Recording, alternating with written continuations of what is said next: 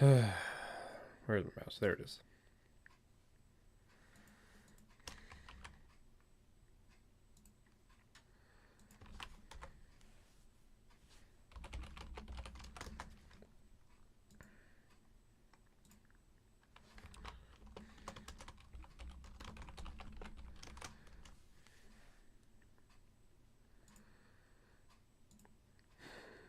So,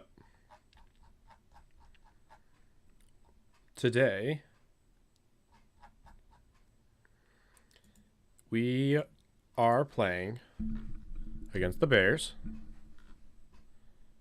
Kind of a big deal.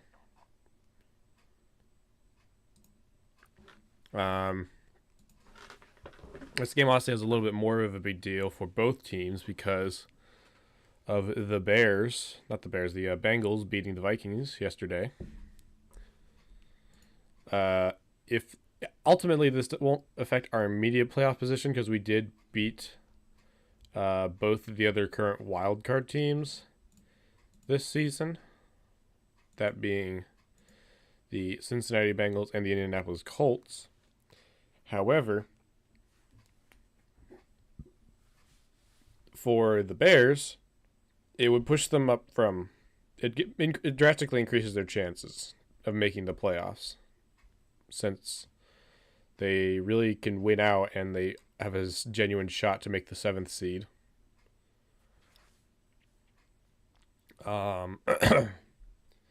It's on Fox, so I don't know how well this stream is actually going to go because Fox typically sucks. We've gone through this multiple times about how terrible Fox is to stream with. But yeah.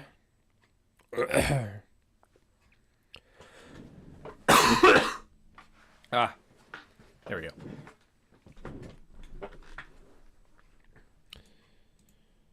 But yeah. I also want to pull up New York Times thing again.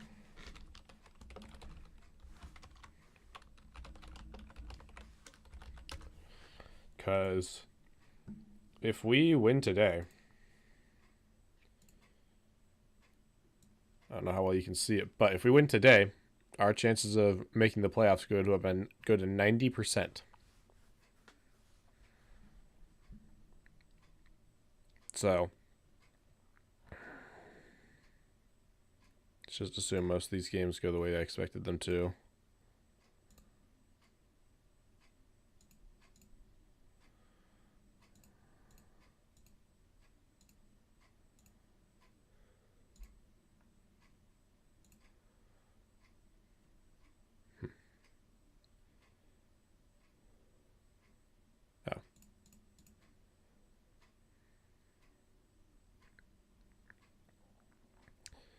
But yeah, our chances of making the playoffs are pretty high, just in general. Just 1 or 2 wins and we just kind of lock it up, as I've mentioned before.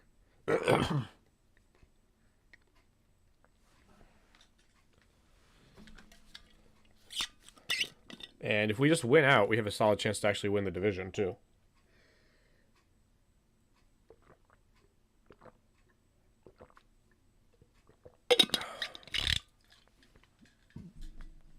Because the Ravens needs us to lose 2, and we have tiebreaker over them because we beat the Colts and they didn't.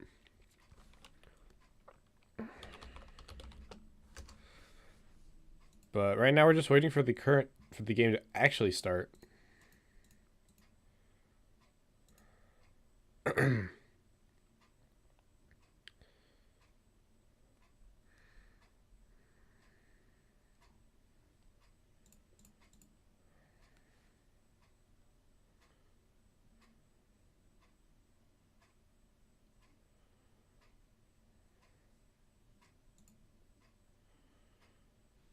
So yeah, we're just kind of waiting. This is a home game. Our defense has been historically great at home. So there's that silver lining.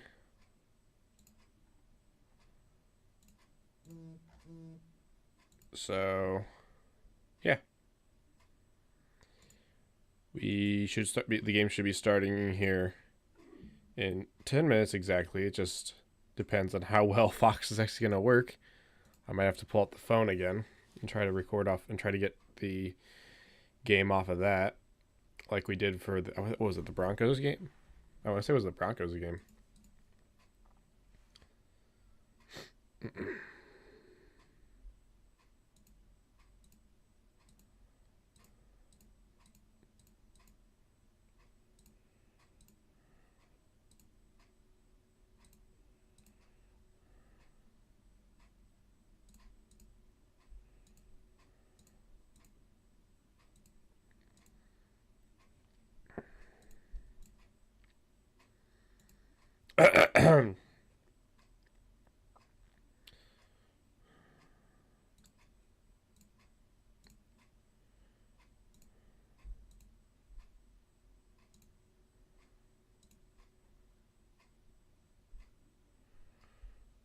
But yeah, if Ravens just lose two of their next four games, we basically we take the division if we win out. So it's possible. And the Ravens have a pretty tough schedule to end the year. They have, what was it? What was it? Let me see here. To end the year, they have Jags, Niners, Dolphins, Steelers. All these teams are at or above 500. So should result in at least one loss. At least I'm expecting the 49ers at least, and then the Steelers. Hopefully they can do something. I'm literally rooting for the Steelers in Week 18 to beat the Ravens, because then we definitely take the division if we win out.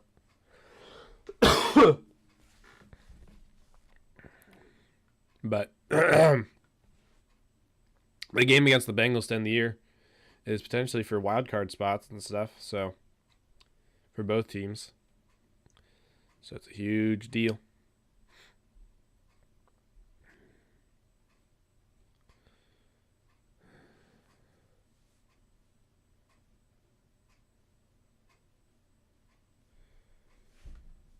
Let me reload this again to see if it works.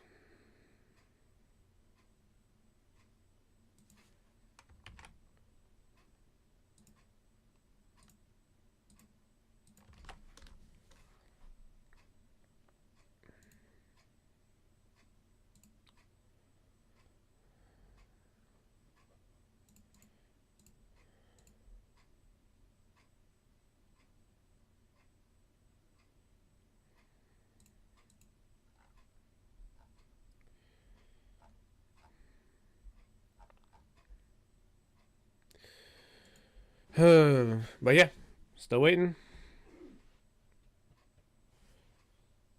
I wish that Fox would just allow me to watch the pregame, but it doesn't.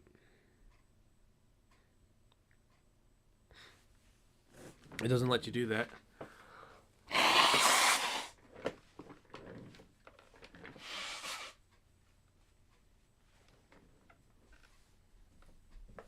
Just in case, I might get my phone ready in case it doesn't work.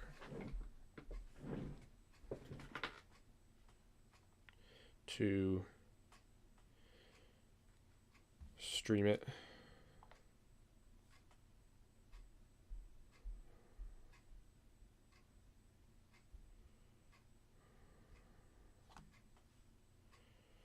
There it is.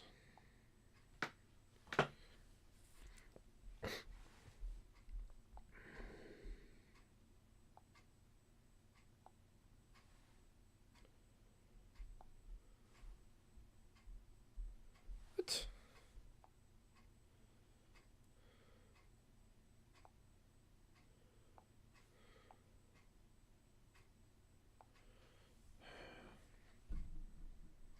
I didn't do this last week.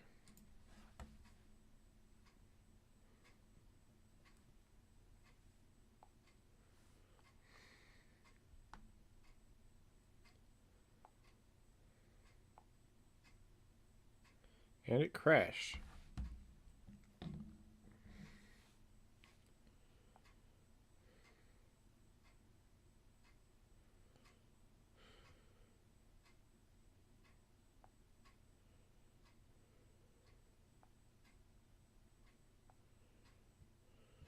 It's just so bad. My gosh.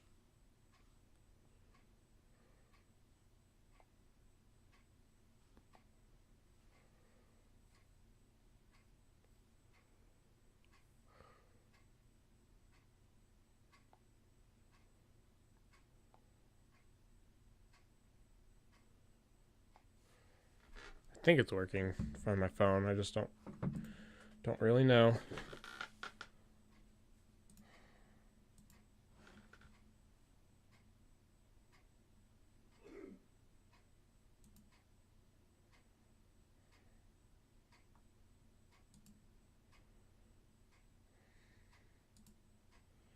Okay, well, it's working on my phone, so I might have to switch over to that for my headphones.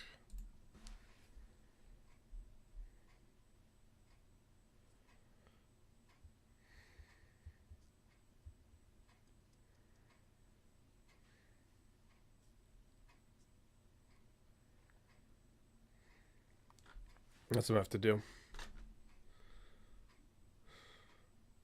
Wait a minute. Oh my gosh. Never mind. Never mind. We're good. I thought something was messed up.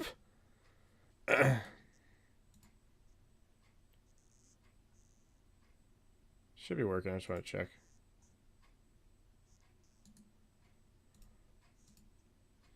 I'll give it a couple more minutes, but I have it up, so when the games does start, if it doesn't work on my phone, my computer.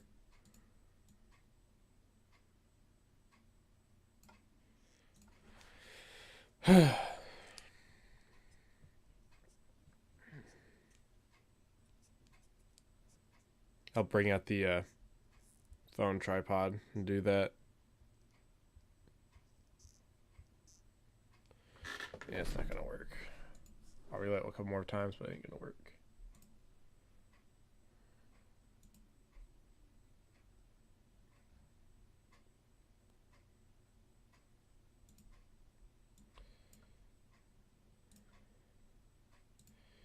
This is just so terrible.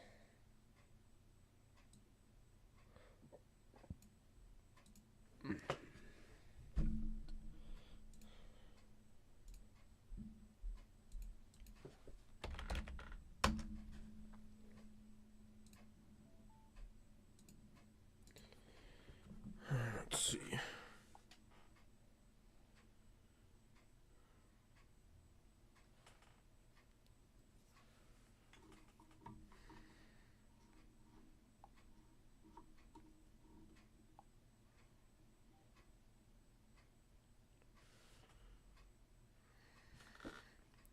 Come on. Switch it over.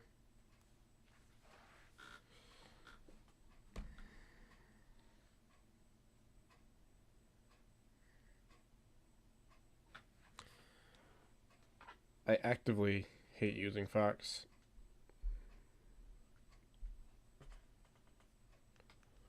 Oh, great. Now it doesn't appear to be working on my phone either.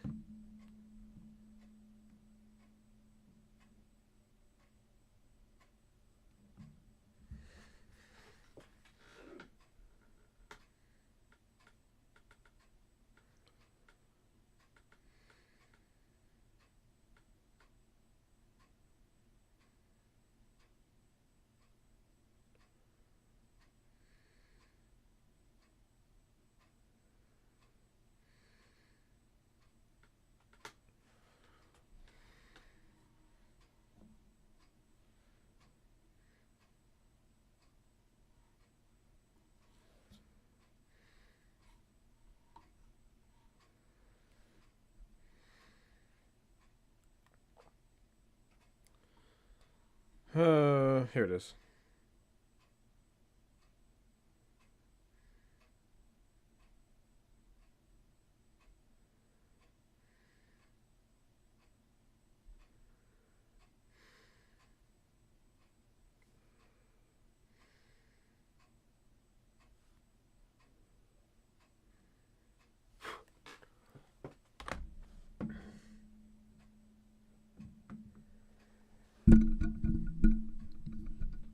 Five seconds till kickoff, and it's still not working.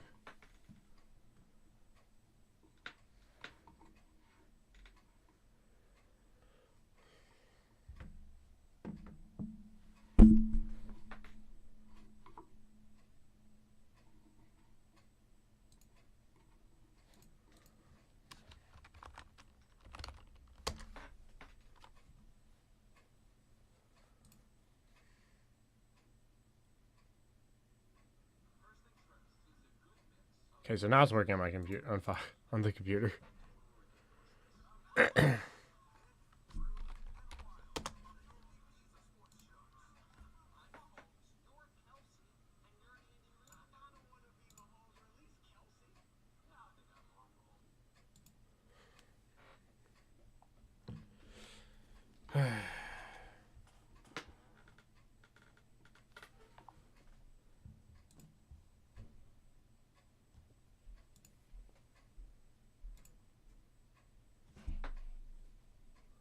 Why is it not working?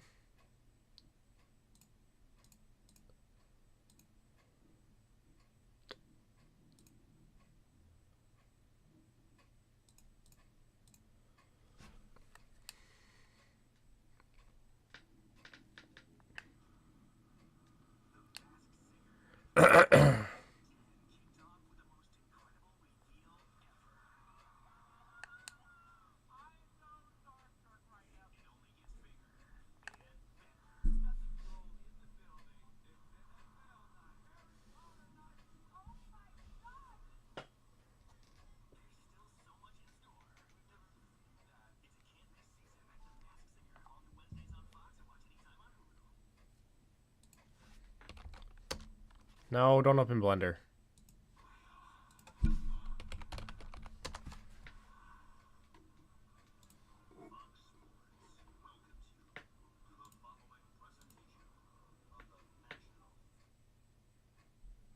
There we go. Alright, so we are actually starting it now, finally.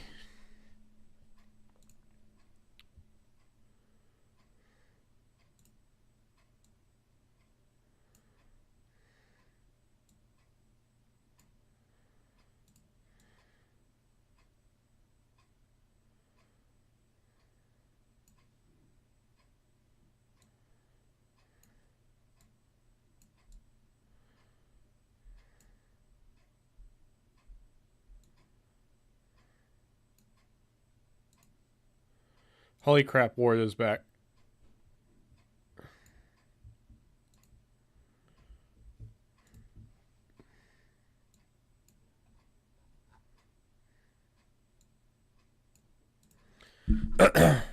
All right. So we get the ball to start the game.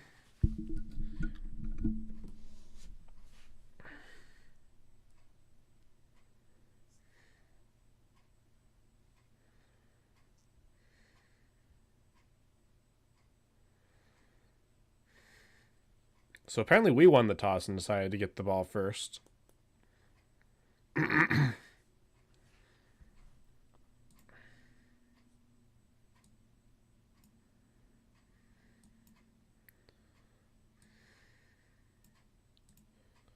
So, Browns are starting at their own 25 after the touchback.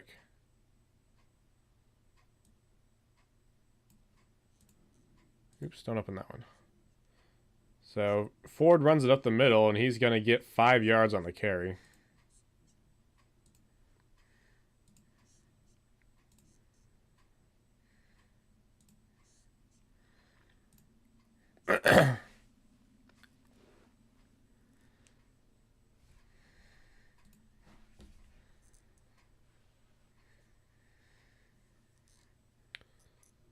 So,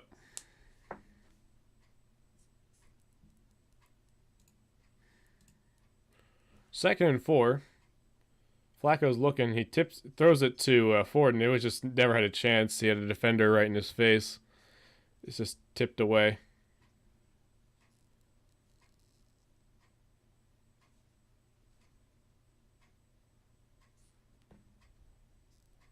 That should have been a moment where he just pump faked it and threw it somewhere else.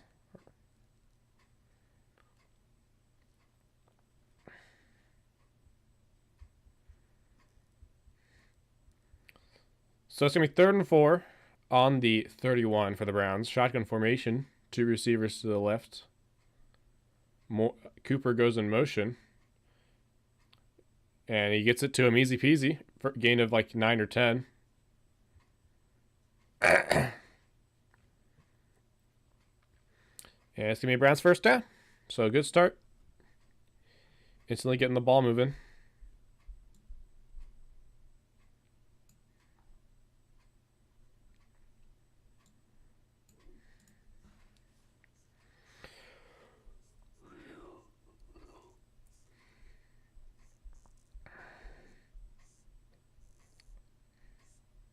Yeah, it was a gain of 11. So single back formation now with 2 tight ends in the game. And there's looks like a false start.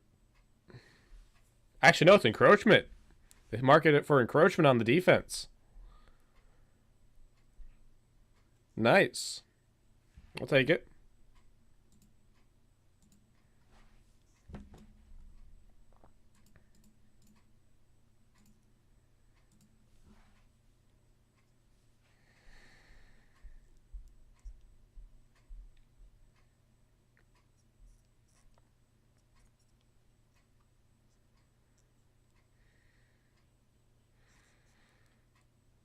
Now they run the same play call, and they fakes the handoff to Ford, and he throws it off to Bryant, Harrison Bryant, off to the right side, and gets a gain of 3.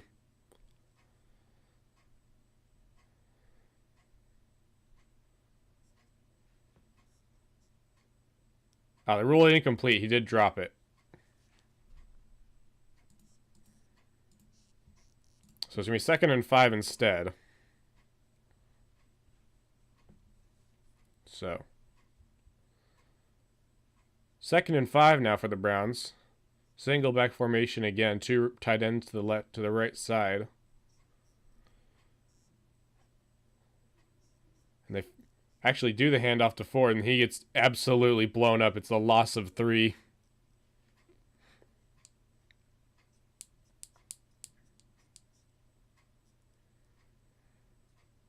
Absolutely blown up on the play.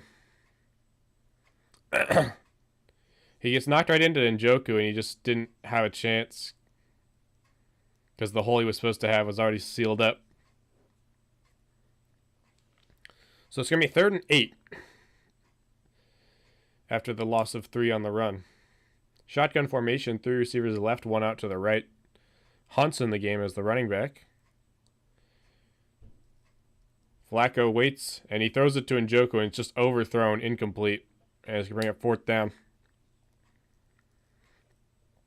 Just a little high on the throw.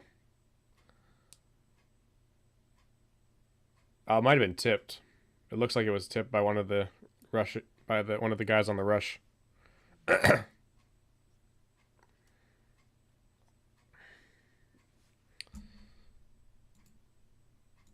it's 4th down. We're going to punt it away.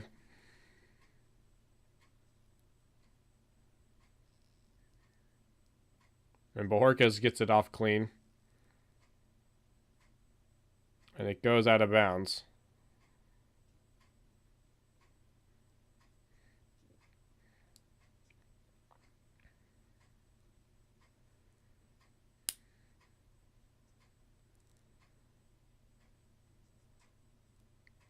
I'm going to be honest, last time Fields went up against the Browns defense, it was under freaking Joe Woods, and he got destroyed.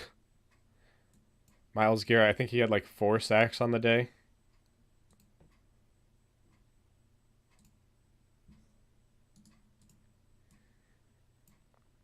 I just want to see now.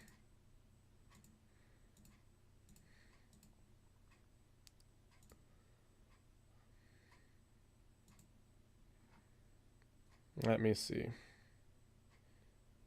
Yeah, 4.5 sacks last time. Last time Fields went up against Garrett in the Browns defense.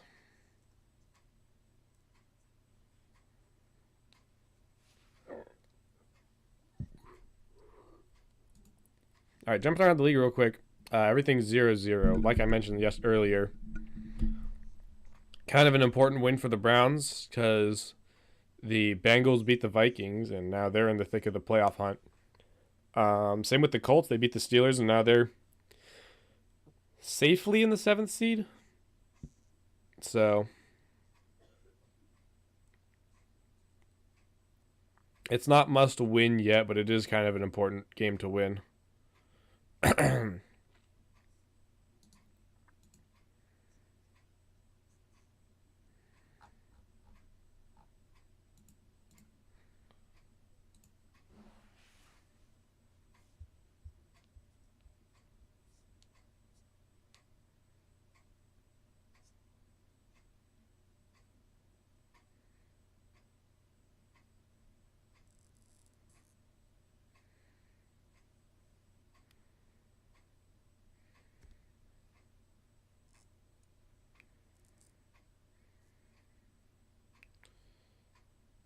So, here we are. The Bears are going to get their shot. They're going to have the ball on the 16 after the stalled out drive for the Browns. It's actually the first drive under Flacco where we didn't start with a touchdown. So,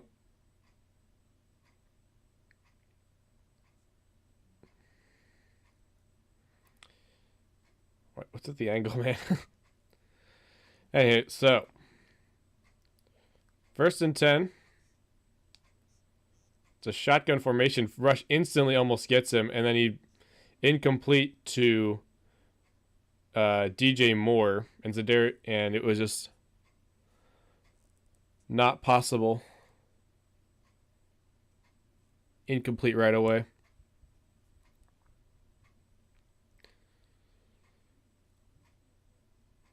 Yeah, DJ Moore is the only real player, the really main receiver that they have. So here it is for them, for the Bears again. 2nd and 10. And Foreman runs it, and he's going to lose 3 yards on the play. Get blown up by LaDainian Tomlinson, who has a lot of experience with the Bears from after being on the Vikings last year.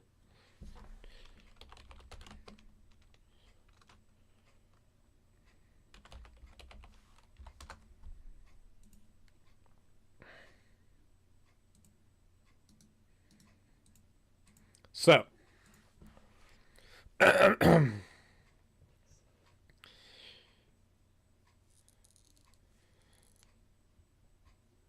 so 3rd and 13 for the Bears. Shotgun formation. And they throw it short to the tight end. He does not get to the line to the first down. It's going to be a gain of 6 or 7, but not enough for a first down. They're going to have to punt deep in their own territory.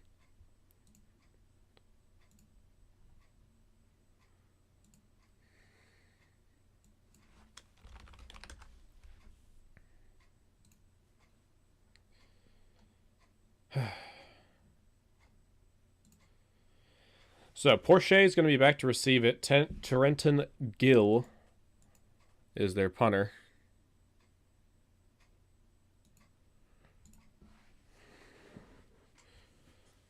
Play clock winding down. They get it off just before the time runs out.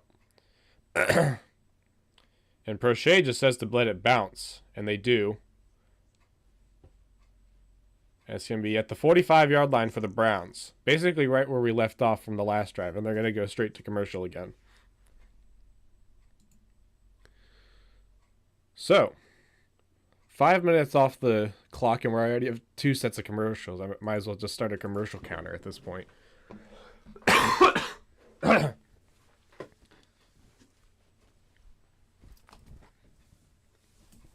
little cold.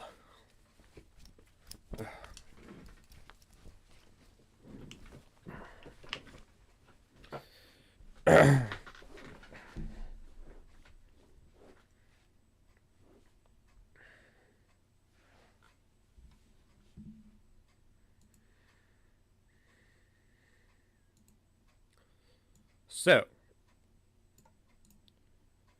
I'm liking the way the defense is, so because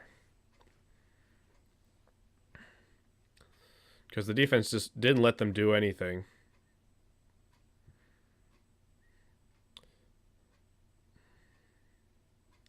They don't have Peter Meme active? What's their problem? He's better than Fields. Nah, I'm just kidding. Fields is actually a competent quarterback this year. Jumping around the league today. The Buccaneers are up 3-0 over the Packers. The Titans are in the red zone. The Jets are showing the fact that they have a defense against the Dolphins.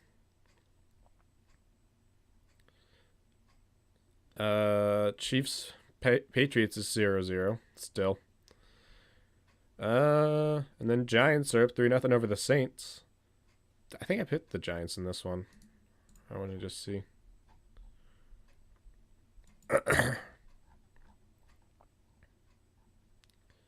Why did I pick the Saints? Bruh. The Bears are gonna win that one.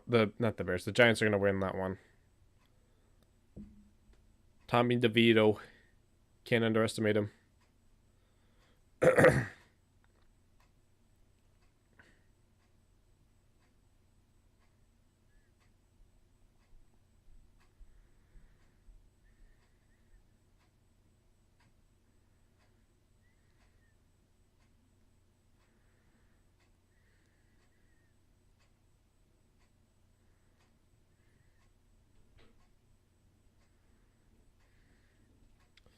So,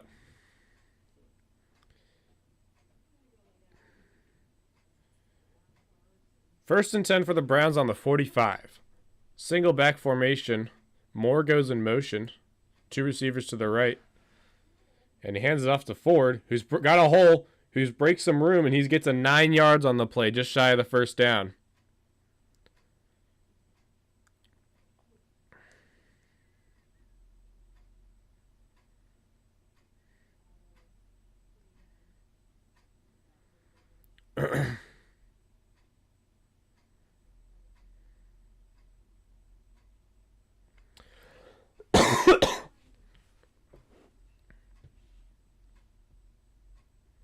All right, so 2nd and 2. They only gave him 8 for apparently. Well, 8.5. It's a very short 2. Fakes the handoff again. Flacco's looking. He throws it deep. Overthrown, incomplete to Elijah Moore. Dangerous throw there.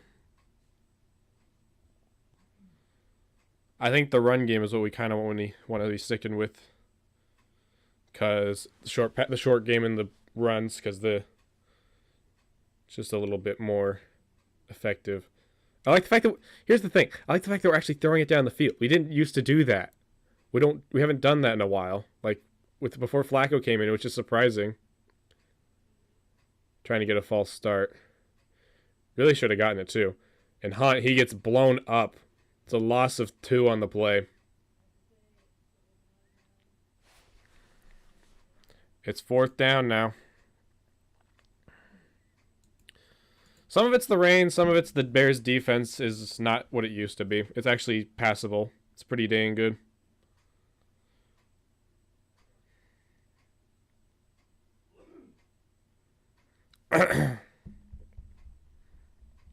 So it's going to be 4th and 3, but Horkins is going to punt it away.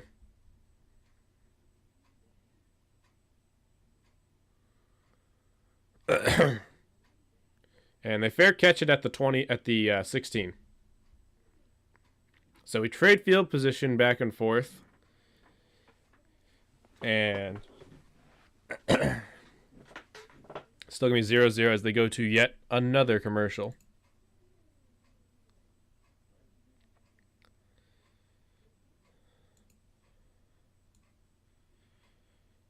Yeah, some say it's the rain. Some say it's just pure defense. It's likely going to be a low score.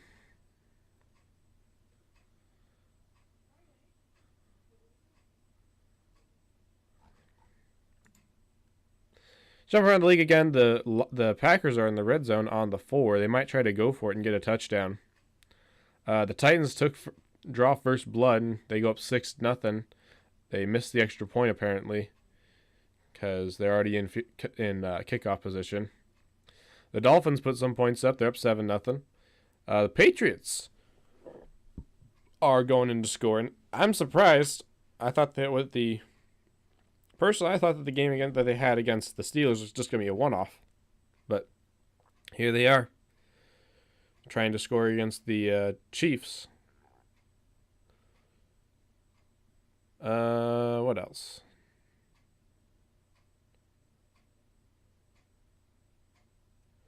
Never mind, it's 1st and 25. They apparently had a face mask penalty that pushes them back 15 yards.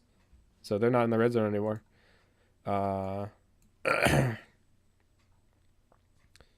Giants are up 3-0.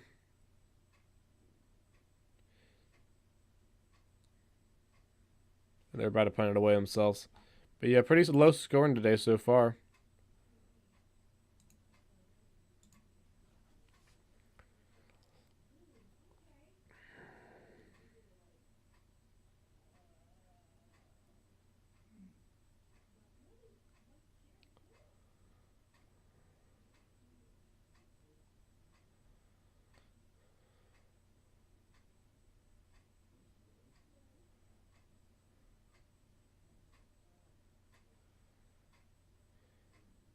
So we're back from commercial.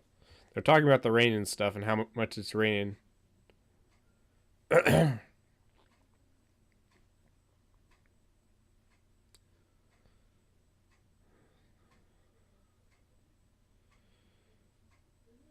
showing his gloves, I guess, is their idea. It's just a very weird angle.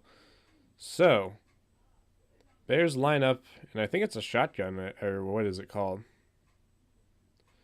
And they run it, and they're going to run it, and they actually get past the line of scrimmage. It's a gain of 2 on the play for Herbert, the running back.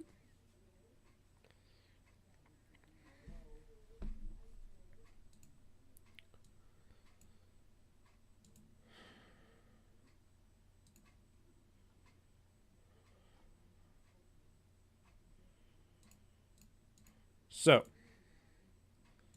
2nd and 8 for the Bears in a shotgun. 2 receivers to the left, 1 out to the right. They got a tight end in the game. And they ran it again, and he gets maybe a yard. And it's going to be a 3rd and 7. Give him a lot of yards. Give him 2.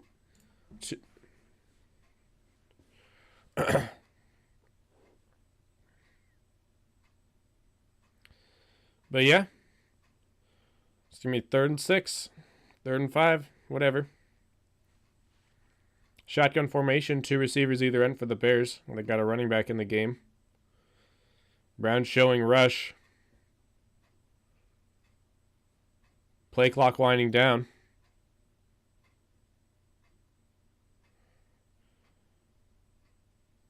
Overthrown, incomplete to number 11, Darnell Mooney. And it's going to bring up 4th down.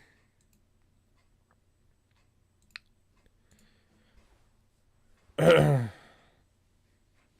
the Browns defense holding strong.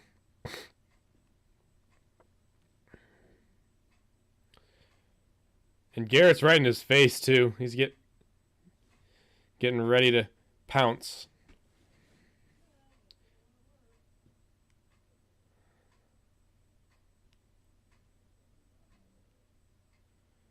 So it's caught by Prochet.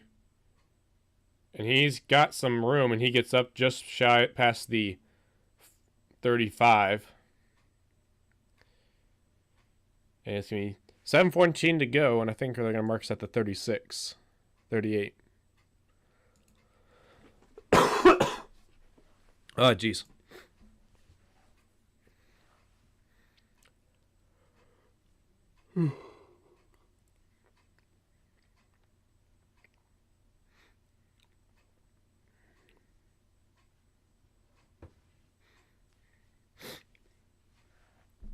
So both strong defenses showing out today, and we're already back from commercial. So it's 1st and 10 on the 36, or did I say? What did I say? 38 on the 37 is where they mark it.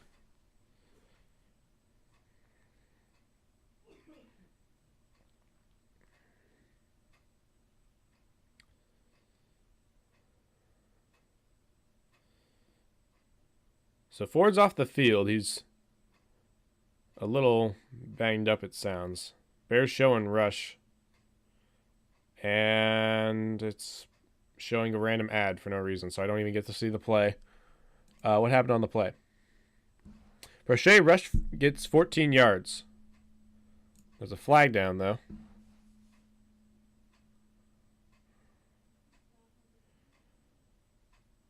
It's not going to be a hold, is it?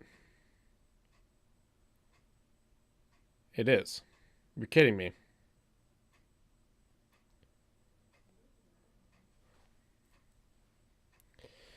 Bruh.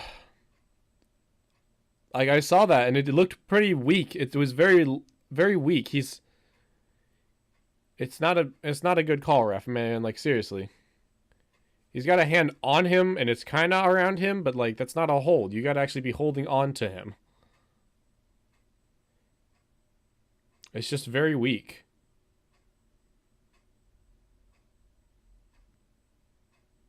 Okay, 53. I see the fly low more. It's a, that's not that's yeah, it's a hold, man.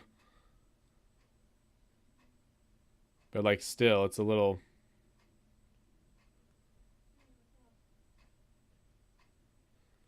Whatever, man.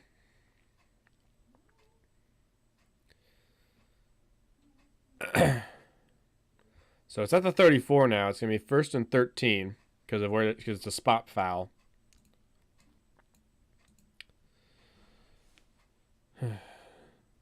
Shotgun formation. Three receivers bunched out to the right, one out to the left, and he throws it off short to Njoku, who's gonna get 6 yards on the play, 8 yards on the play. Sorry. And it's gonna be 2nd and 5.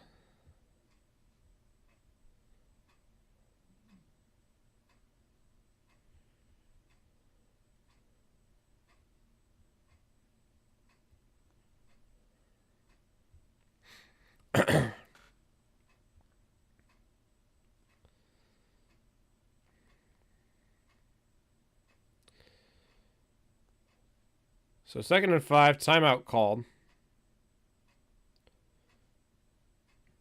Not timeout called. Batonio's down. You're kidding me, man. Batonio. No.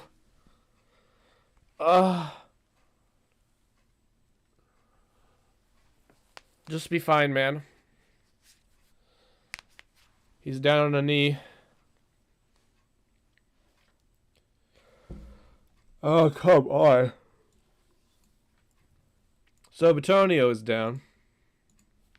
That's cool, I guess.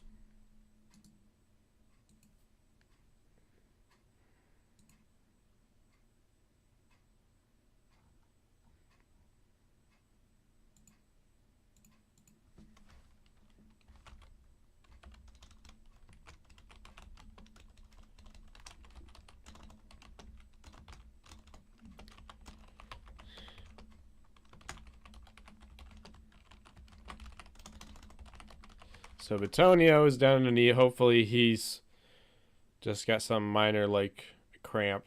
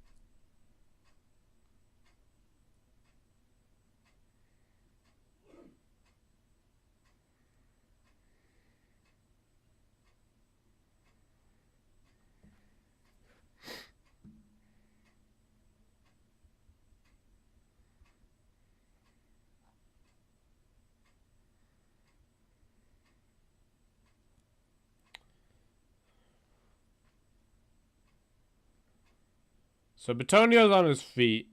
He's just on the sideline, so he's just walking around. Hopefully he's just a little rough, messed up.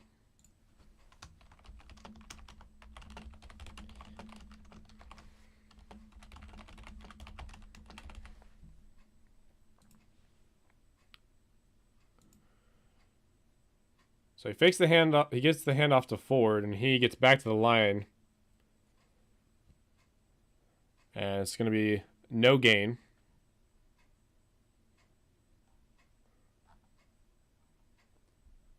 So 3rd and 5 here coming up.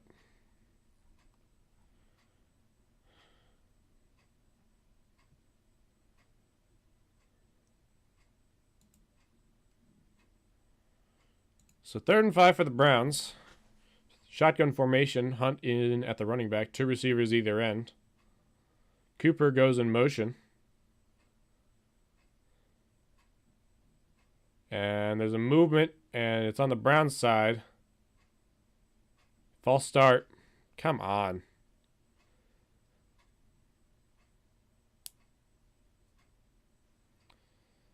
So Teller instantly gets a false start for the Browns. Not what you want to see. Not good.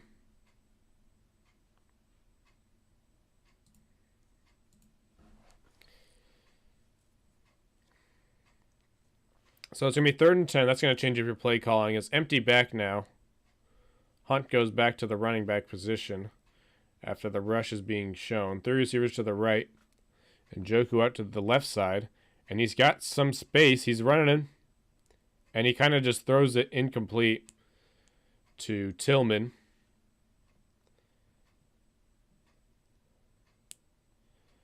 So it's going to be 4th down. We're going to have to punt it away after the...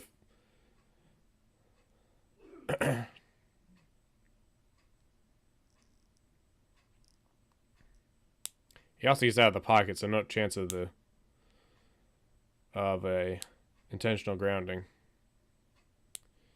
So Bojorquez is going to punt it away.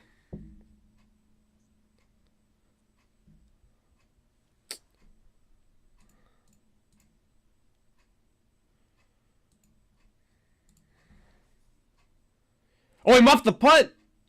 But he gets back on top of it. But it's going to be 1st and 10 for the Bears on... Where do they mark it at? They don't say. ESPN's taking its time updating it.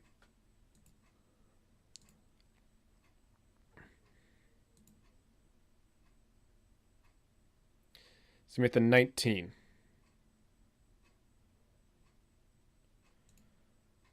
So he got it at the 19. It's going to be shotgun formation for the Bears, going pretty quick here from Fox and and the NFL. So 1st and 10, shotgun formation. They got 2 tight ends. Almost intercepted, but overthrown to DJ Moore, and he was able to toe tap his way inside of bounds. It's a gain of 8 for the Bears.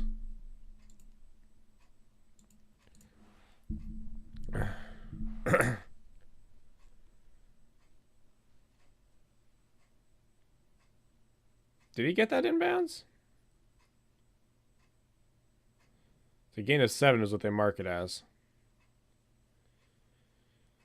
So 2nd and 3, shotgun formation again.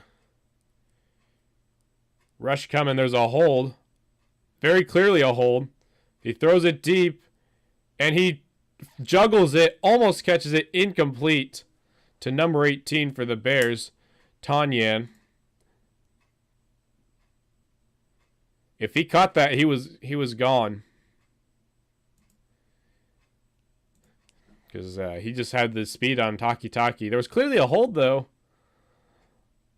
on... He literally just threw him to the ground while he's trying to get around him. It's just... You can't call... You're not going to call a hold on that, man?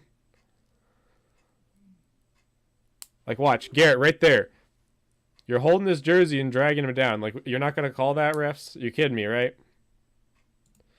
Rush coming again. They're going to throw. And it's to DJ Moore. I think he was out of bounds.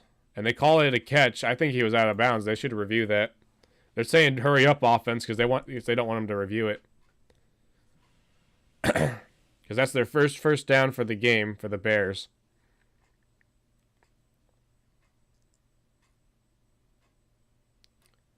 And there's a challenge flight, and it's going to be a challenge before they get the playoffs, so...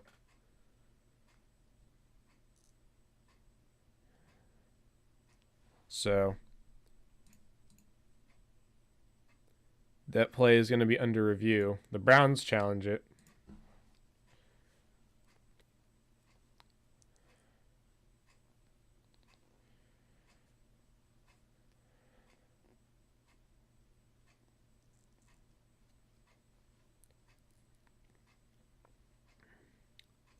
Let's see. I think he got the second foot in. I think he might have got it, but it's close. think he got the toe tap, so unfortunately that challenge is probably not going to, that play is going to stand.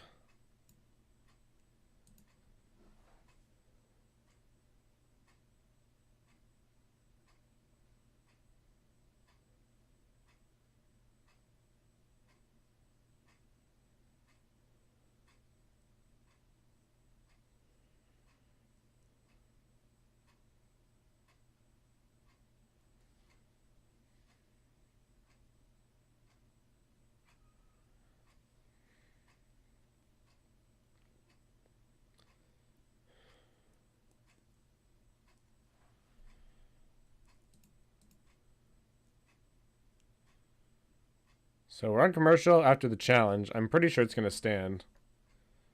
It looked kind of close from the first shot, but it was pretty obvious on the second angle.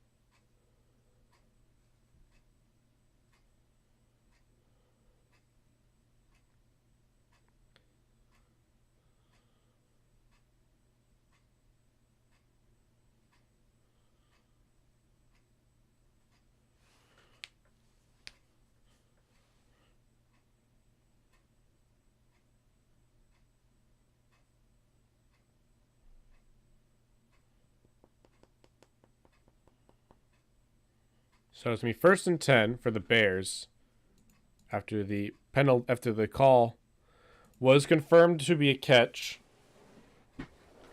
And that's going to cost us a challenge and timeout. So Fields, rush coming. He almost gets tackled, but incomplete out to the right side.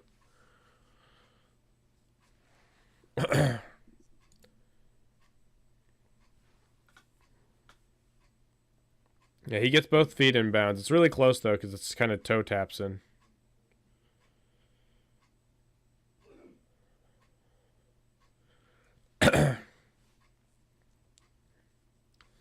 So 2nd and 10 for the Bears on the 40.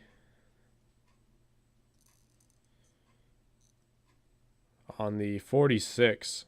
And the rush is, they got a run out, and he gets nowhere.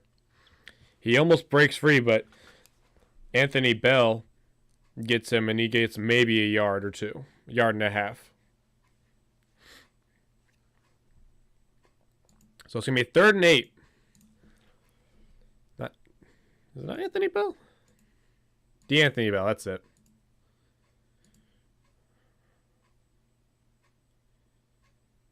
Yeah, D'Anthony Bell.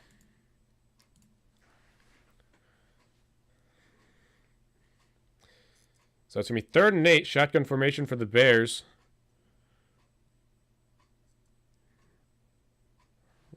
Rush is coming, and he's going to get sacked. They say the ball is out. The Bears recover it, but it's still going to be a 4th down. It was a strip sack, but the Bears get their hands back on it.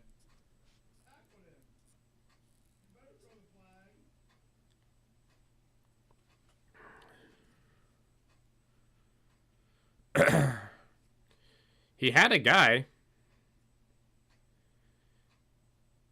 He had a guy to get to a chance to get it. He just didn't throw it.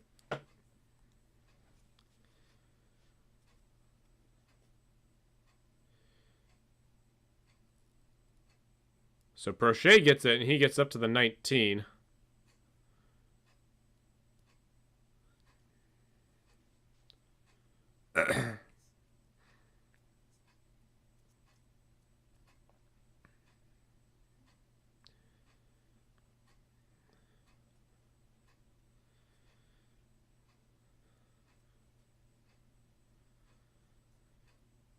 So a bit of it's a bit of weather and a bit of just defensive strength for both teams to keep the game a low scoring so far.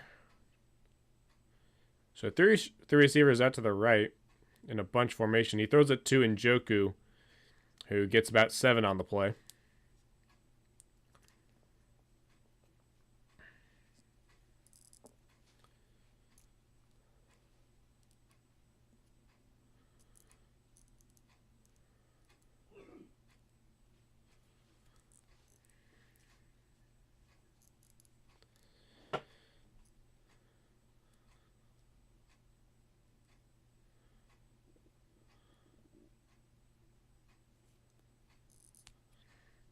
So, 2nd and 3 for the Browns. They hand it off to Ford. No, they don't. They fake the handoff.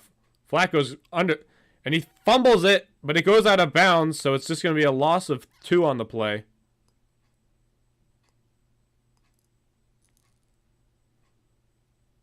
So he fumbles it, but it goes out of bounds, so it's only a loss of 2, but that could have been disastrous. It looked like he was looking to throw it, and he just wasn't ready for it.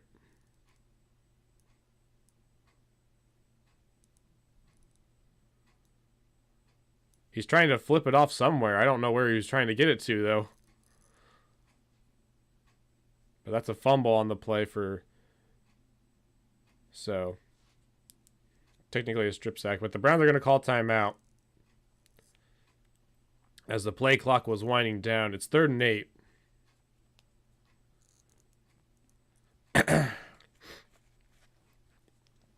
They weren't ready as the play clock was running out.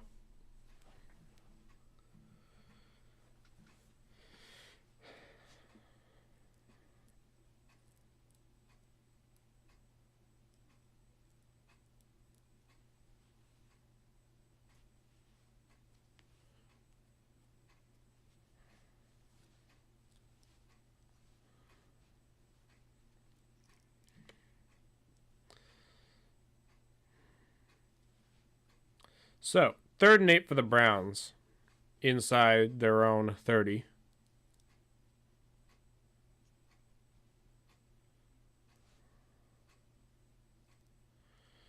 So, 3 receivers into the game, one of which is... So 4 receivers, actually. One of which is Njoku. And he's got time. He throws it out to Tillman, and it's out of bounds. Pushed out of bounds. So it's going to be 4th down after the incompletion.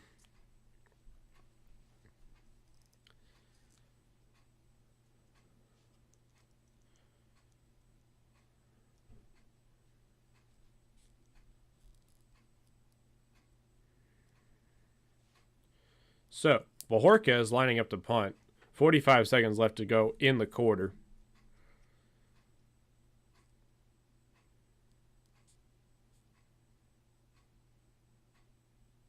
And he messed up that punt, and he only gets out to the 40.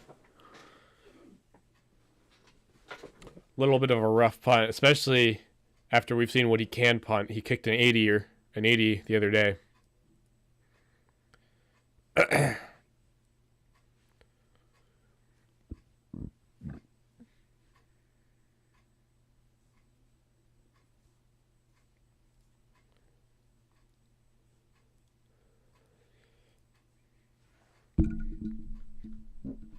So, ball's on the 40 for the Bears. 39 seconds left to go in the half. 1st and 10.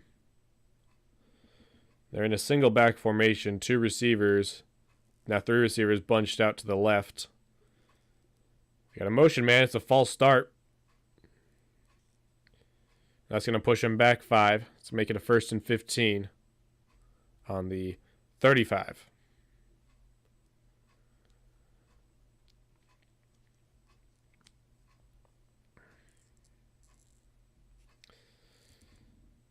So 1st and 15 for the Bears this time. And that's going to change up your play calling on 1st down, likely. So they get out in a pistol formation, I think is what it is.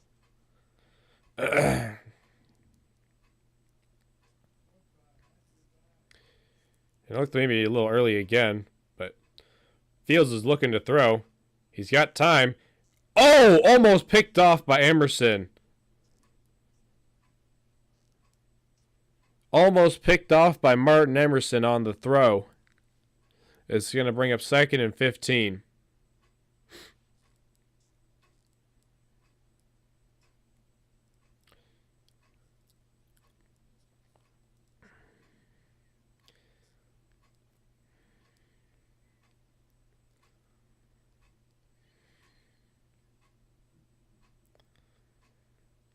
If it wasn't for the receiver giving him a nice push, he would have got it. So 2nd and 15 for the Bears. Shotgun formation. Play clock winding down. And it's a designed run for Fields. And he's going to get maybe 5 yards on the play.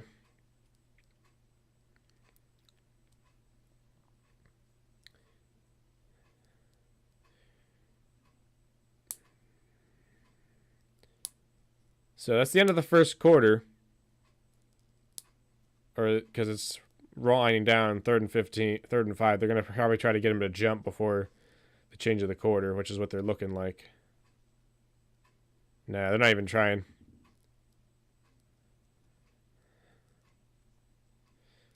So when they get back, it's going to be 3rd and 10. I'm going to get something to drink. Something to do with my throat.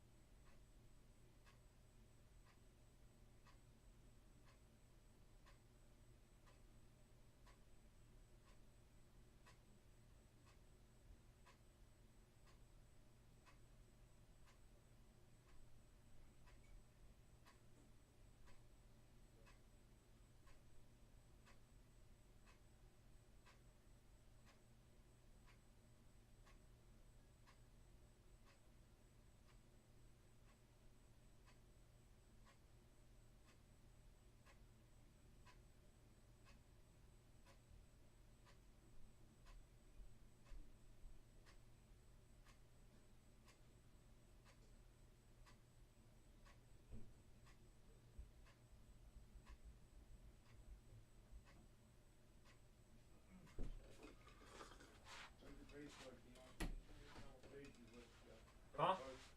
Check your Facebook. I should have got a post with you. Oh, I never checked my Facebook. Why'd you bother?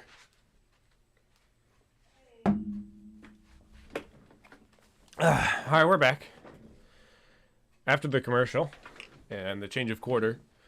It's going to be 3rd and 10 at the 40 for the Bears out of a shotgun. 3 receivers left, 1 out to the right.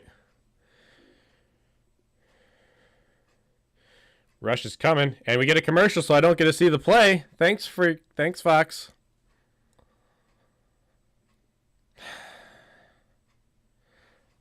Apparently it was an 8-yard gain, but it's 4th down.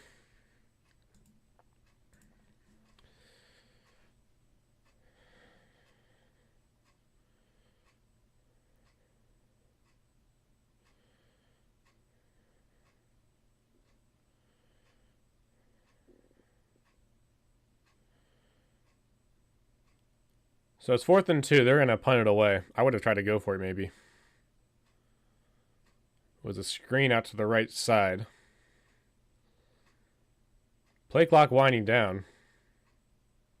Just barely get it off. Almost tipped. And Prochet gets the fair catch at the 9 as there is bears rush everywhere in his face.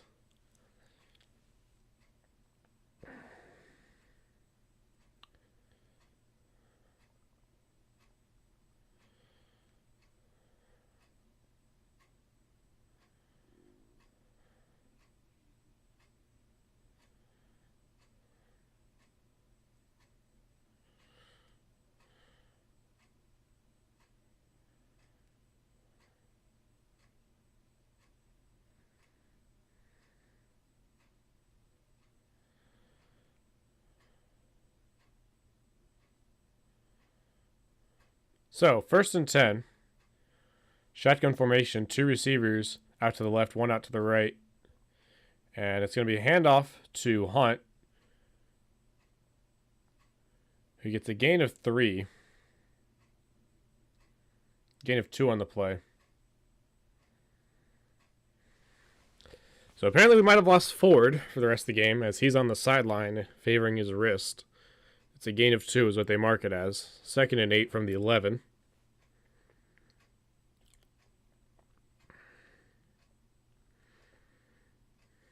So shotgun formation for the Browns. 3 receivers to the left, 1 out to the right. Flacco's got space, and he throws a pick. It's going to be a pick 6. So, the Bears have it at the 1.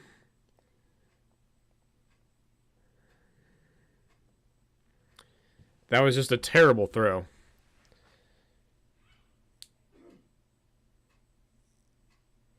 I think it might have been a miscommunication to read.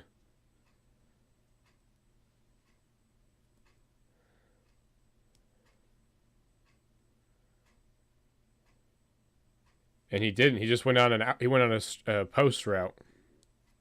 Just miscommunication because he was expecting him to slide in. He didn't. He went on a freaking go route.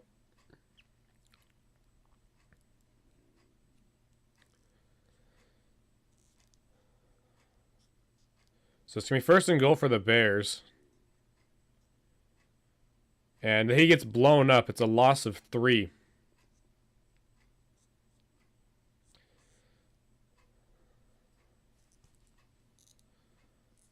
The Browns defense has decided you're not going to score just yet.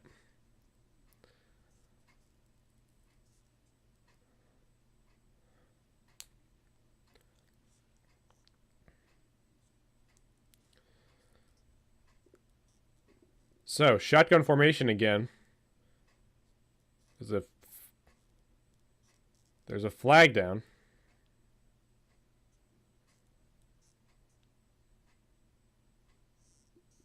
You're kidding me.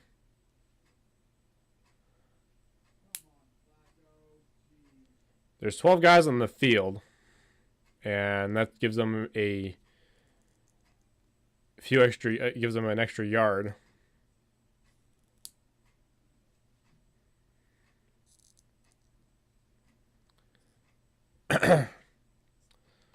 So it's going to be 2nd and goal for the Bears, shotgun formation. They move up a yard. And he throws it to Moore, incomplete, but there's a flag. Honestly, a good play by Emerson to prevent the catch. It's going to be a pass interference.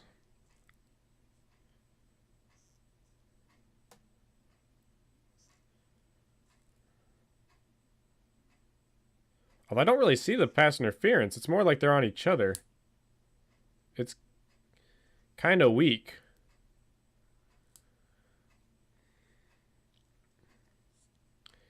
It's kind of a weak call, but whatever. The refs are paid off by the Bears this week. And Tillman almost got caught with 12 men on the field. We had 13 guys on the field as freaking JOK was running back, so that's going to be another extra couple yards and another 1st down.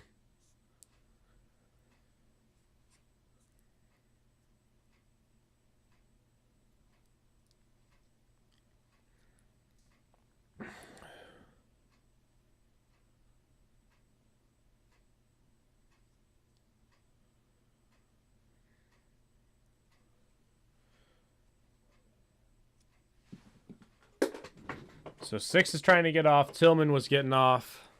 Not Tillman. Delpit was getting off or whatever. Not Delpit. Number 0. Newsom.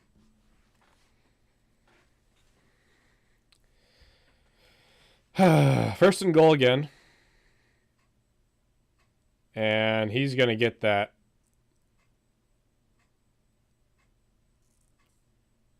Or they mark him short.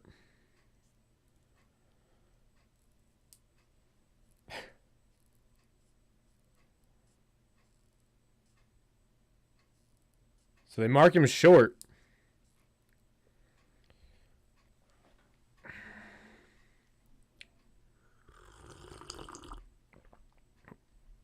I think it's close, but I like the call of him being short. I'll take it. And they're going for the... There's a false start! Let's go! That's not... No matter what you did, it's a false start. It's going to push them back another 5. It's going to be on the 6 now. They were going for the tush push, and they had a false start on the right side. They're tied in Cole Kmet.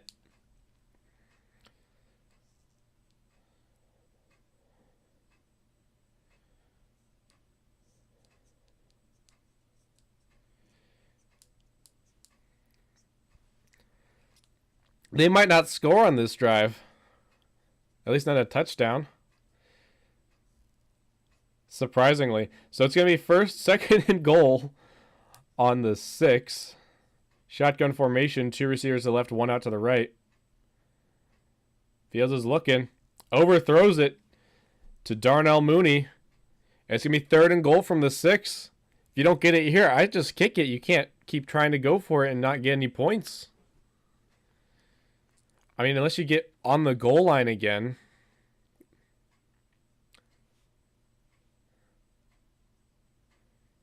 Unless you get it on the goal line, I don't even think you go for it if you're the Bears if it's on 4th down. So 3rd and goal for the Bears. Shotgun formation, 2 receivers either end. Trying to get a sing. Oh! Spins away.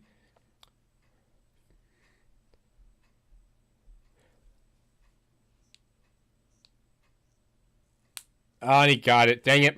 Cole Kmet got the touchdown on a late throw.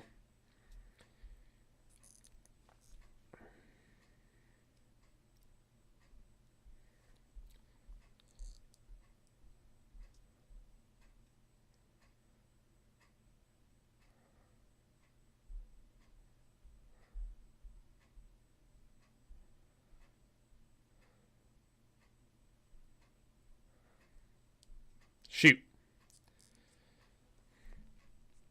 So there was 9 plays on that drive, I think.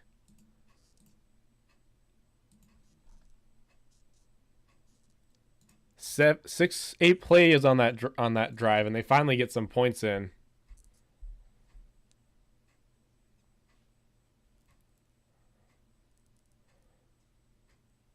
Yeah, easy toe tap in.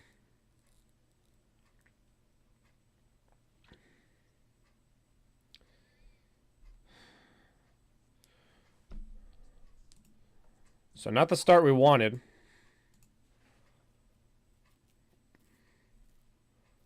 But geesh.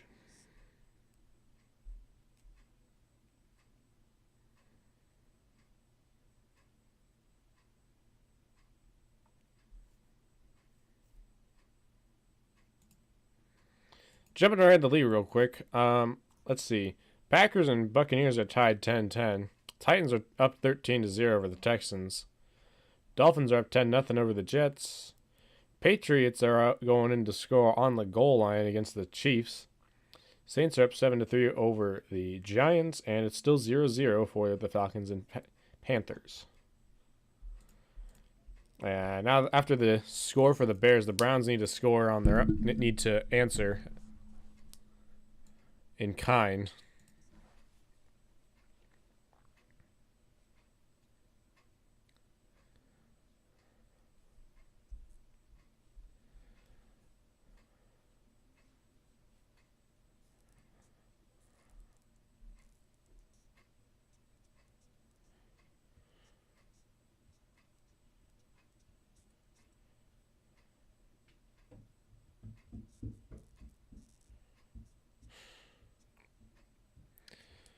So we're still in commercial.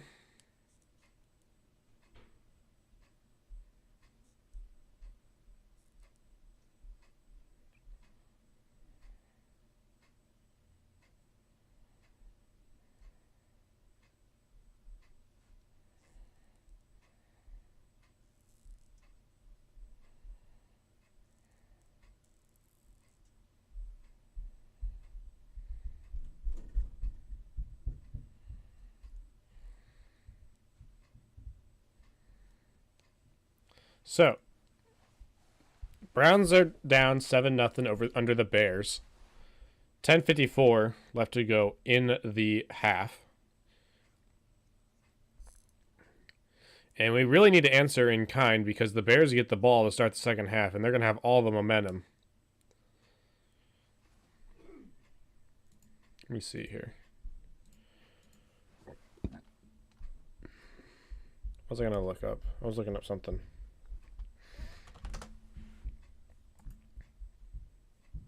So Pierce Strong gets it at the 4-yard line, and he gets up to the 15. He gets blown up.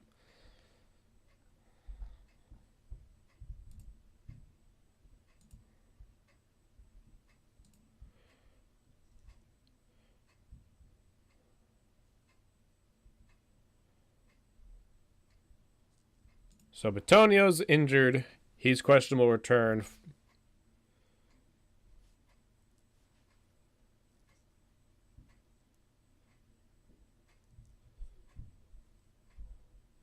So shotgun formation for the Browns. He throws it off to Ford. Ford's back in the game, actually.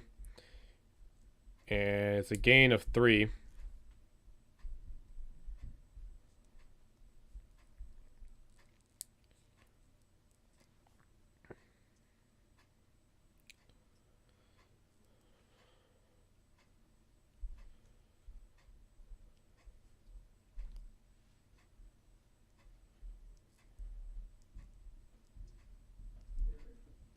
So, shotgun formation for the Browns. 3 receivers bunched out to the left, 1 out to the right. Almost picked off, but he gets it to Tillman. It's going to be a first down, gain of 8 on the play. Very risky play.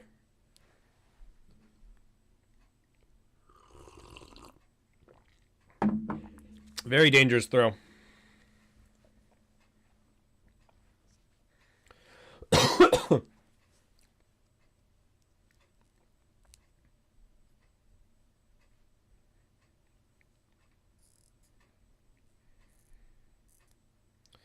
So, single back formation. Bryant goes in motion. Fakes the handoff to Ford. Rush is coming. He throws it off to Ford, and he gains 3 yards on the play.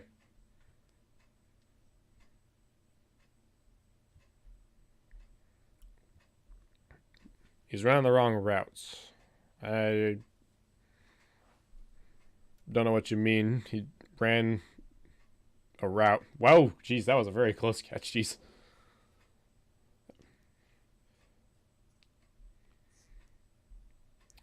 Was he the one who ran the wrong route during the interception?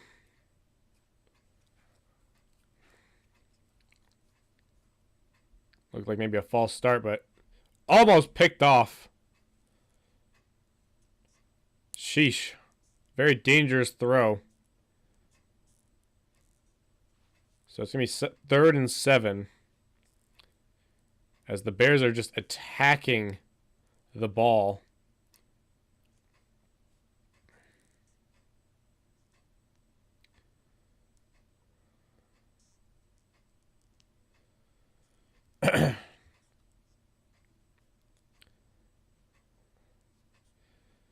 So 3rd and 7.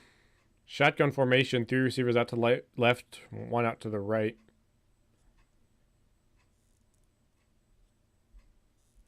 Rush coming. Flacco's got time. He's got Cooper! Huge catch. Huge first down. Gain of 42 yards to get us right inside Bears territory on the 27.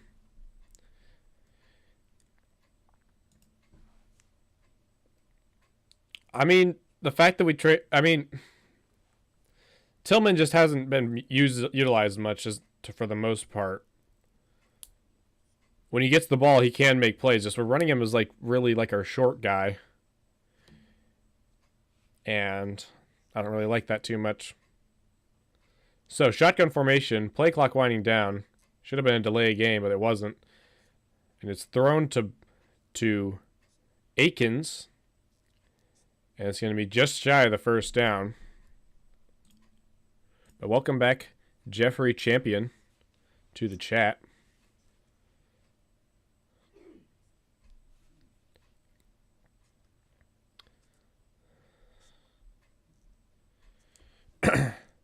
Jeez.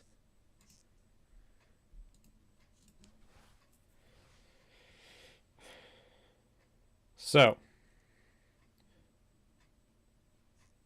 2nd and 2, single back formation, 2 receivers either end. And it's handed off to Ford, and he's going to get back to the line of scrimmage, but that is it. It's going to be 3rd and 2 after the loss of half a yard. No. Jets, I hate it whenever we do the jet sweeps. It's literally never worked. It literally never works. I don't dislike the idea of running with more, but like, don't do the stupid jet sweeps. It's never worked. It's caused so many disastrous plays.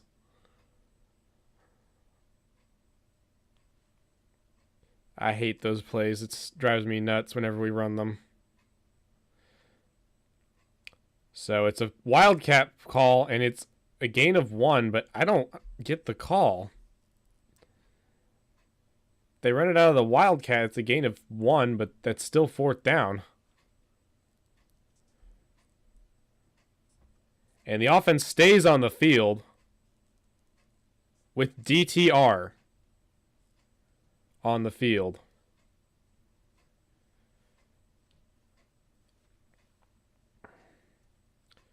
So the Browns are going for it with DTR on the field. Shotgun formation. Empty shotgun. Throws it off to Ford. And he's going to get there. He gets the first down. Gain of 5 on the play.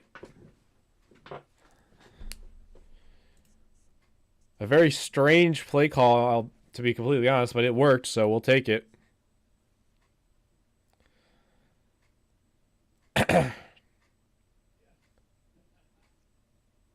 Very risky play call. The idea was for putting in DTR was to make him think it's going to be a designed run. So, shotgun formation. Flacco's back in the game. Elijah Moore's the motion man. And he's got him wide open. But he throws it to Tillman over the middle. And he's just going to be a yard short of the touchdown. 1st and goal.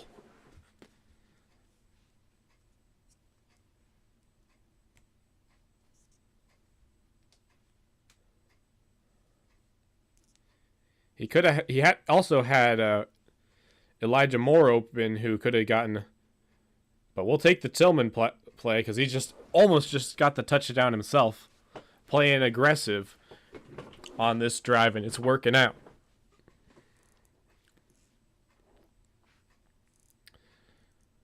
And it's given to Hunt, and he gets back to the line of scrimmage, but that's it. Maybe a loss of 1, honestly. They marked it a loss of 1. This is where, on the 1 yard line like this, I say put in freaking DTR and run nothing but the freaking QB sneak, because there's like nothing you can do to stop it. You got the personnel to do a tush push too.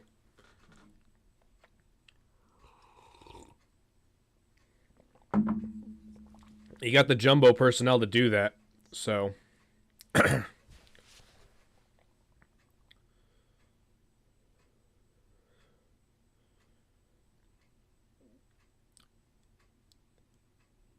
Oh! Did he catch that?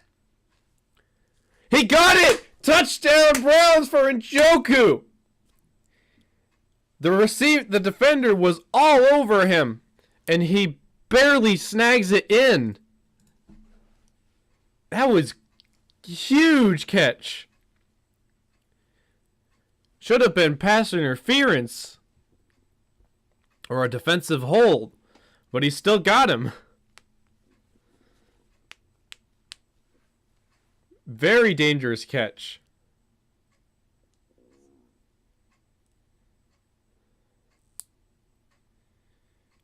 Jeez, did he catch that? 1, 2 feet in bounds. He got the toe tap before his heel went in. He got the toe tap in before his heel went down, so that counts.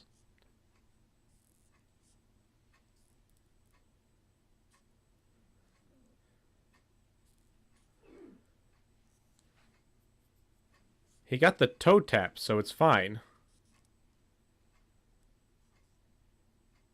It is confirmed. He got the toe tap in before the back heel. So, extra point coming up. Kick it before they challenge it, before they look at it again. Kick is up and it's right down the middle. It's tied up again, 7-7. 3:48 left to go in the half.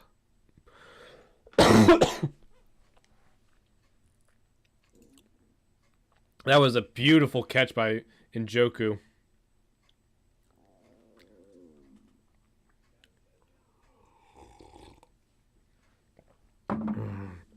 Beautiful catch. And that's going to be a tie game again.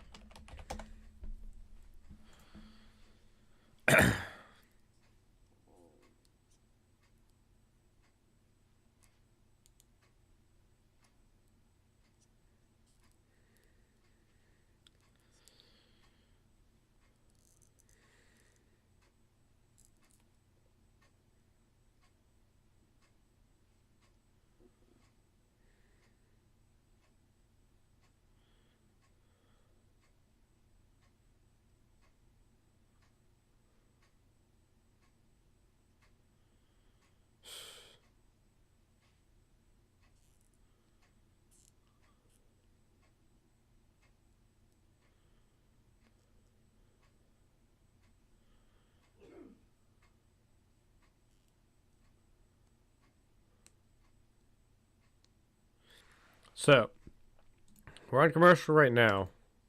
Tied at 7.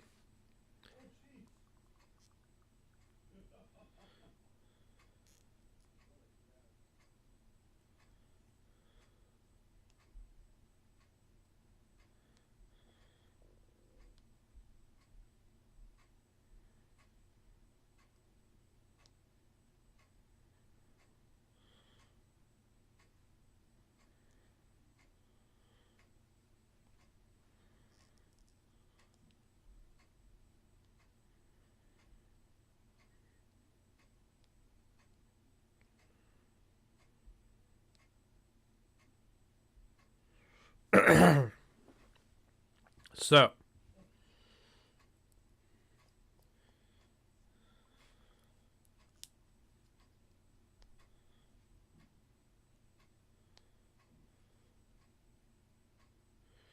it's just incredible to see how well he can still throw the how well he can still sling the football at this age, because that was not an easy throw to make.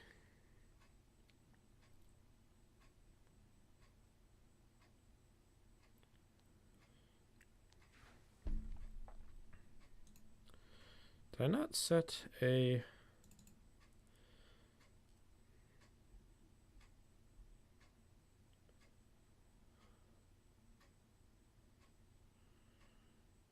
So it's going to go to the end zone for a touchback. The Bears are going to have it.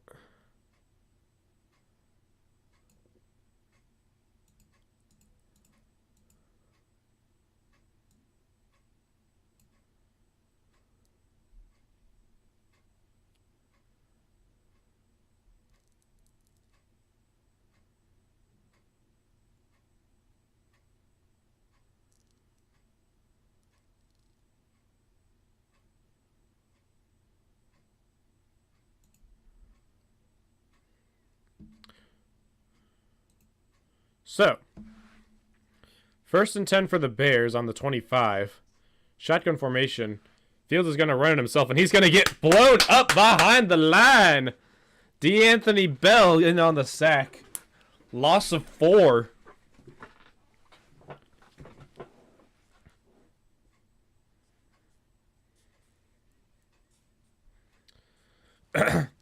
And Roger Goodell's giving tickets to the Browns Super Bowl game this year for 58.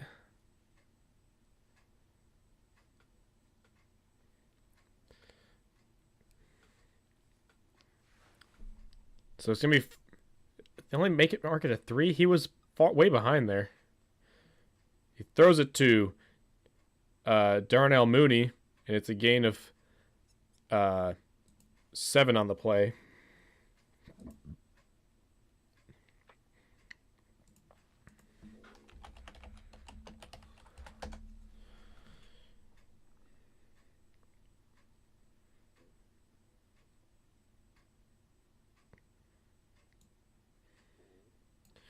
I wouldn't mind getting another receiver. I don't know about specifically Curtis Samuel.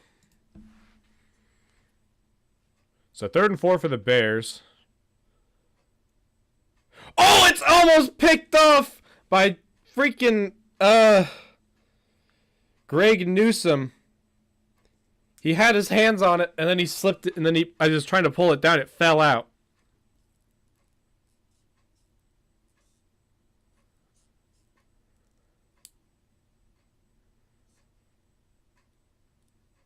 What's going on? Why are they still...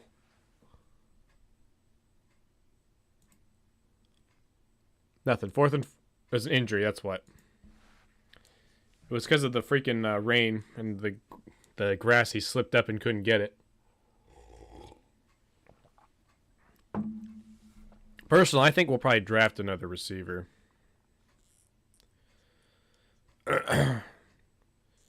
Because trying to get a receiver that's high up into the league and stuff is already means money, and we don't have that. We don't have the cash flow for that.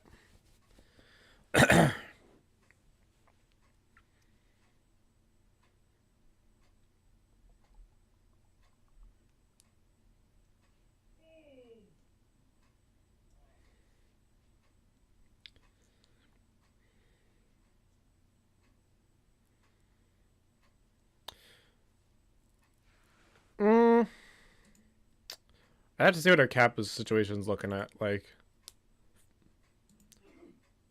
But that's why I say the draft, because you know for a fact you're going to be able to get it cheap.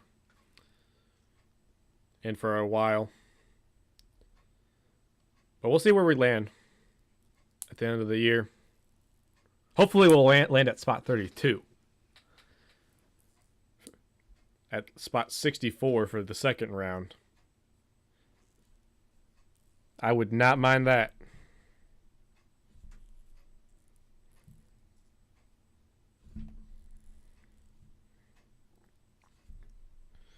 Because if we do that, well, I think we do go sign a guy for another run with Watson. But jumping around the league real quick while they're on commercial, Buccaneers are up 13-10 over the Packers. Texans are down 13-3 under the Texans. That didn't make sense. Titans are up 13-3 over the Texans. Dolphins are up 17-0 over the Jets. Chiefs are up 14-10 over the Patriots. Giants are down 3-7. They're going into score under the Saints. And Falcons and Panthers are still 7-3.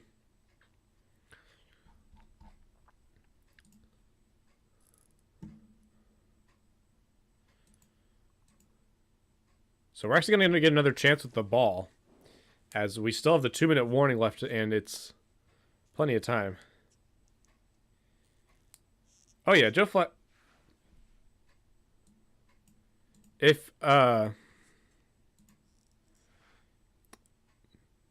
So it's Prochet gets it up to the 28 on the punt return, and he gets hit kind of hard on the play.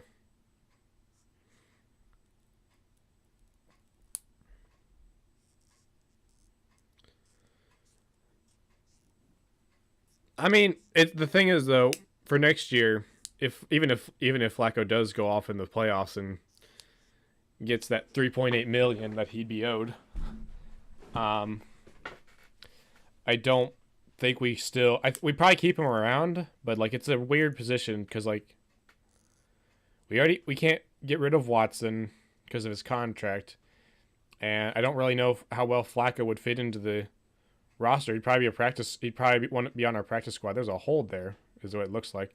He throws it off to Elijah Moore, who gets past the first down. There's no flag on this play, surprisingly, for a hold. I thought there was a pretty big hold on number 97 for the Bears, but whatever. The problem is, though, like I said, Flacco doesn't really fit in our scheme next year. He's here as our spot starter now, but like next year, we've got DTR. He's our developmental guy that'll sit behind Watson. So there's two right there. We can't get rid of Watson because of his ridiculous contract. The only way Flacco would probably fit is be our third string on the bench for practice squads and stuff. And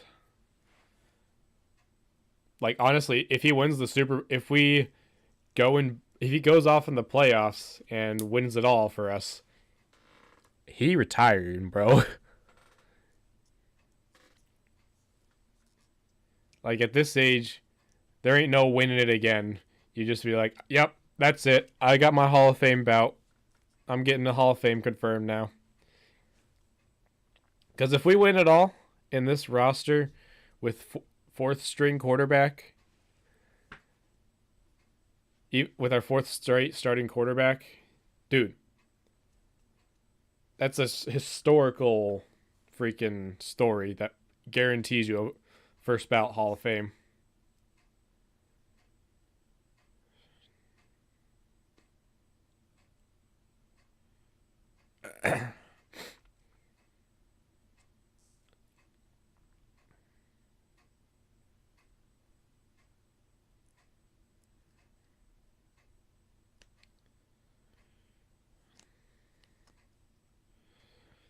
So we're on commercial right now after the 2-minute warning.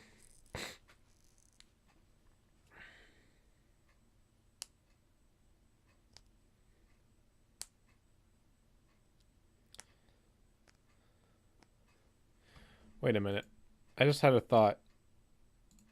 Who is the Texans? Oh, that's right. It's Case Keenum. I picked the freaking... Did I pick the Texans to win? I think I did. Thinking that freaking...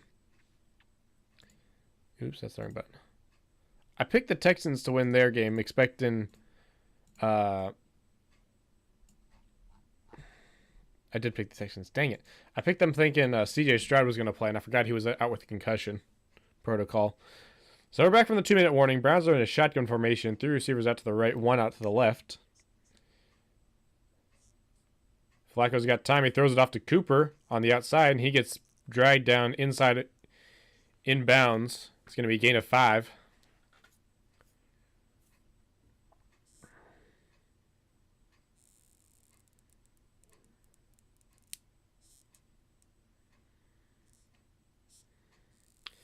Well, like I said, he just kind of throws it away, and they throw a flag down.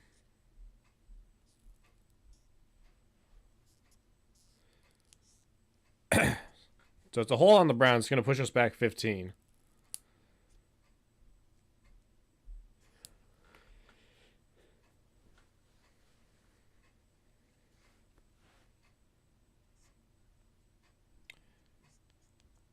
Yeah, Deshaun's the future. DTR is the dream future right now. And Flacco, I don't imagine him. I don't see him. Even if he makes any sort of playoff noise, he's done. He's retiring. So Flacco drops back, and he slings it off to Tillman, who gets 9 yards on the play. 11 yards on the play is what they mark it as. 1:20 left to go in the half. Browns only have 1 timeout left, 3rd and 4.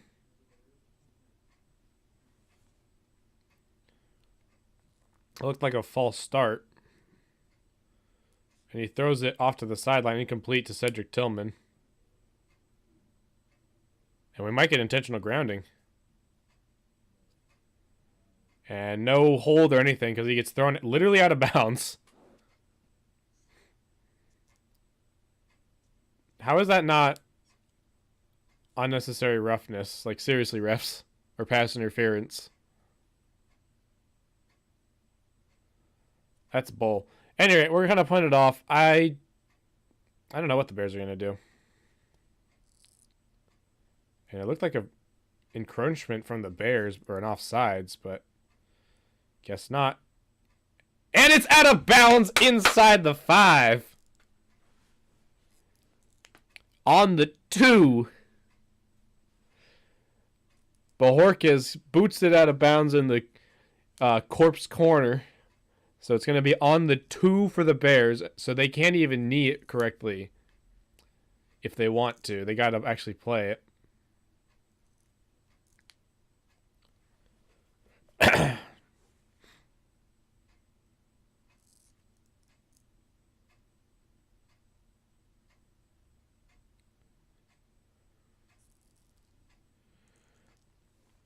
So it is inside the 2. And the Bears actually got to run some plays to try to get some yards. And he gets a couple yards, push him up past up to the 5. And it's going to be second down. And the Browns, do they take a timeout or did the Bears take a timeout?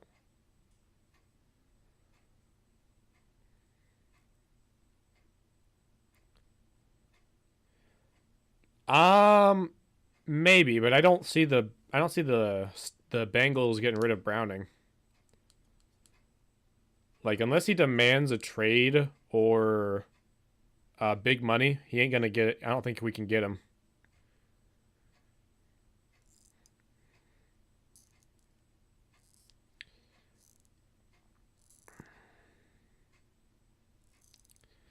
I think it'd be really funny if we get Jake Browning because Browning to the Browns, but like unless I don't see him getting traded from the Bengals because of how well he's still doing.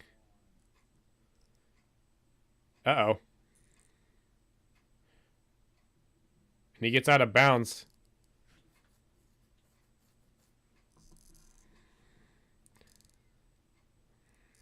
Gain of 22 for the Bears from Ronnie Johnson. Roshan Johnson. That should have been a face mask on 33 because he put it right in his face.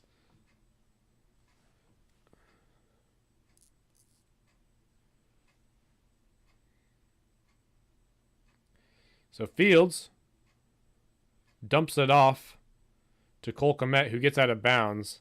No gain on the play. 40 seconds left to go in the half. Yeah, Jake Browning would be really smart to try to get out after this year, especially if they make some noise in the play. If they win a playoff game, dude, just demand a trade. If you make the playoffs, even if you don't win anything, just demand a trade, dude. Because there's a lot of teams out there who'd love to have you as their backup guy or even as their potential starter. Fields throws it out, and he throws it to DJ Moore over the middle on the 46, and there's 34 seconds left to go. And it's going to be their first time out for the Bears. I'd love to too, but he's too expensive. If he demands a trade or doesn't want to re-sign with them, he wants paid. I think this is a contract year for him. He's going to want out unless they make the playoffs and win a couple games. He's going to want out.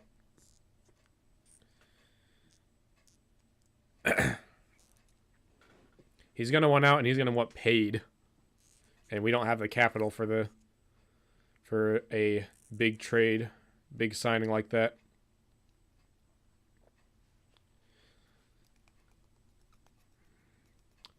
Like, unfortunately, our financial situation...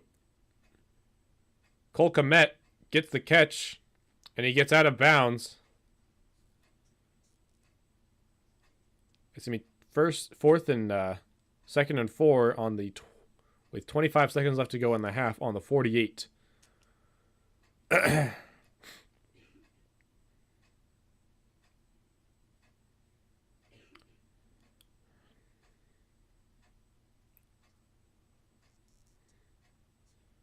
Brown, Marquise Brown?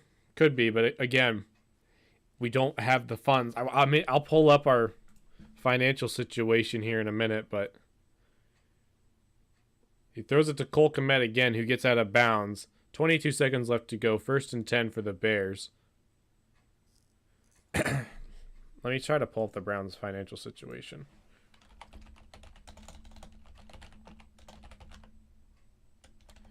Browns 2024. All right, so we'll look at that in a minute here. So 1st and 10 for the Bears.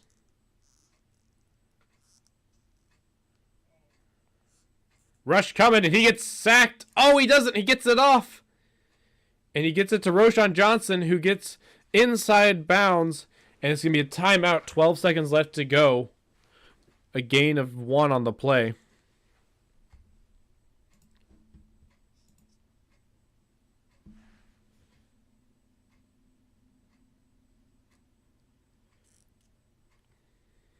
Refs need to look at that. He might be down before he threw the ball.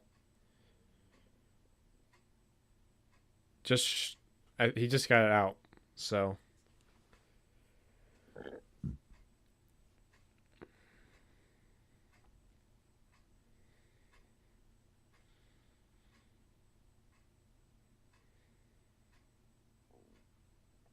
and they're going to review the play because he might be 10 yard. It might be marked down as a sack.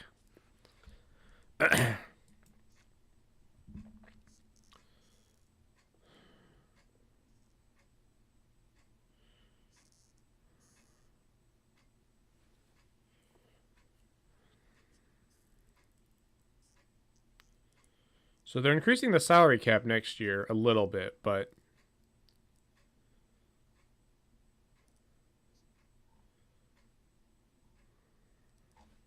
we got a bunch of rollover next year. So they do call it a completed pass.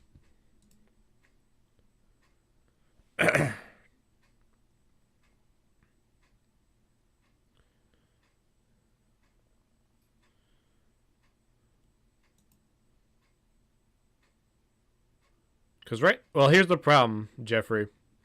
We're already over the cap next year by $12 million. So we're going to have to either renegotiate current contracts or maybe part with some fun pieces.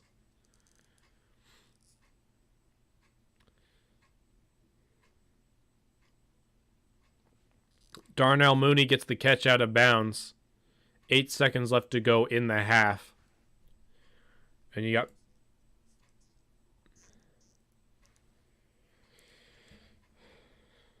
but like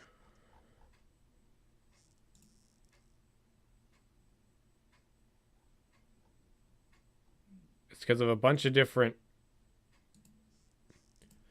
dead caps things that we have from parting with other players. Brown's rushing.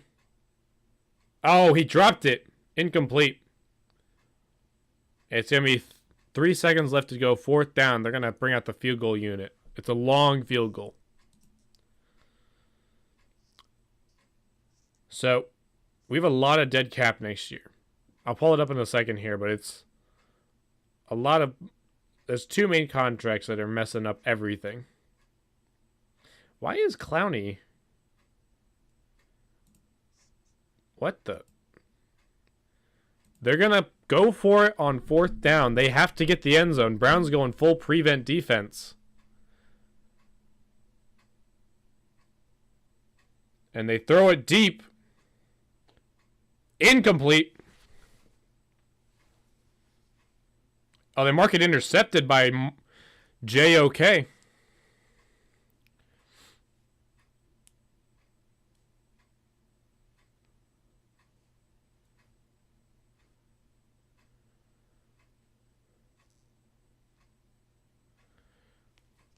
So it's going to be marked as an interception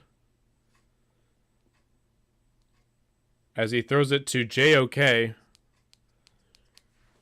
But I'll just pull up our cap space here. So right now, I heard they're increasing it. I don't know when they're doing that though.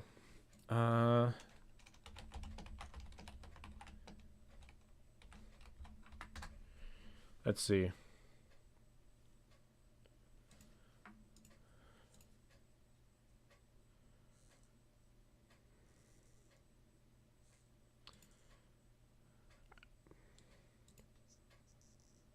So it's going up. I think it's going up. It says it's going up again next year. So we will not be over the cap.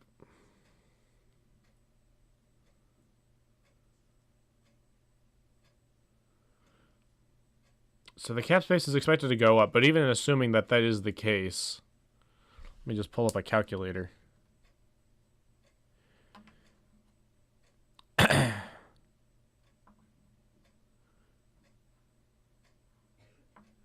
Yeah, so Clowney and John Johnson. I don't know why we gave John Johnson such a huge contract.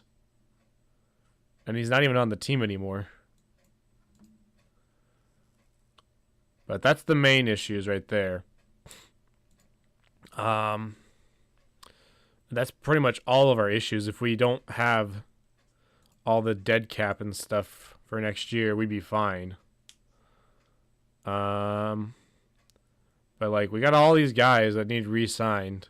It said it's going up, so I imagine we're gonna either renegotiate contracts with a lot of people, but players that are probably gonna get re-signed. Goodwin's is likely gonna get re-signed. Bajorka is definitely. Maybe Prochet?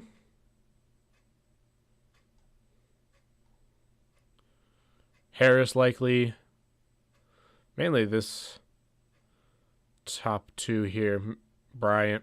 But like, because it's expected to go, they said it's going to go up to 240 next year. So let's just pull out a calculator. So right now, 240, and then we're gonna have 31 in rollover. Oh, that is factoring that in, it looks like. I'm confused then.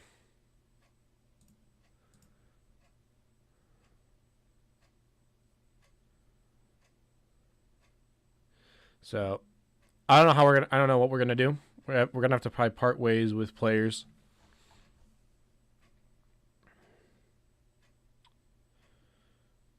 I imagine we'll probably try to renegotiate with Garrett.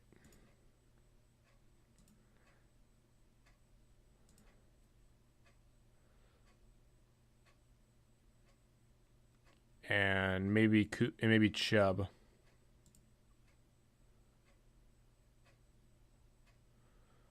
And then how do I hit this?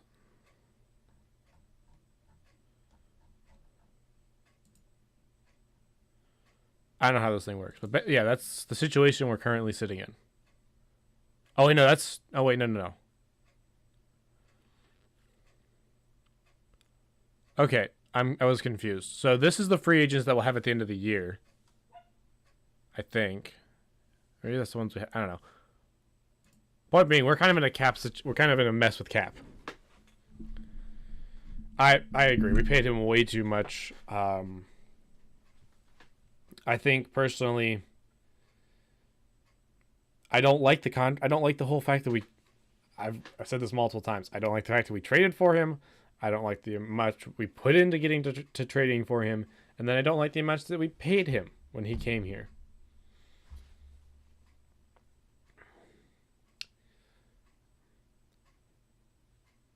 He was worth 40 mil a year at most, in my opinion. We gave him 45.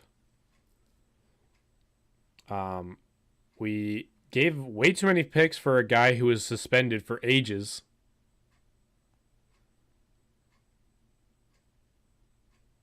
and he hasn't performed to what he was expected to. So I don't know what we're gonna look like for cap next year because we're kind of in trouble. So next year, it's likely. Here's what's likely going to happen: we're going to have to either cut or trade a bunch of guys, and then we'll just try to get rookies and hope they develop rookies or some other cheap players and hope they develop to fit in our defensive scheme.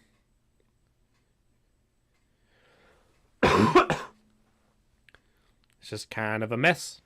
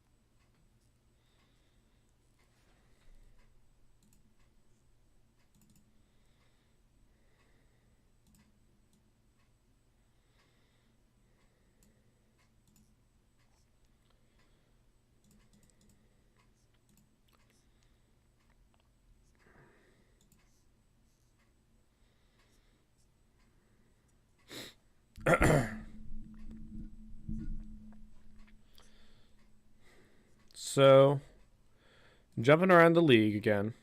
Buccaneers are up 20-10 over the Packers. Titans are up 13-3 over the Texans. Dolphins are up 24-0 over the Jets. Chiefs are going in to score again over the Patriots to go up 21-10 if they were to score. Giants took a field goal apparently shortly before halftime. And the Saints have the ball. Falcons are up 7-3 over the Panthers, and that is all for now. Oh, jeez. All right, so the Bears are going to get the ball first. I'm going to take a quick break here. We'll be right back. Do I have that set up correctly? Nope.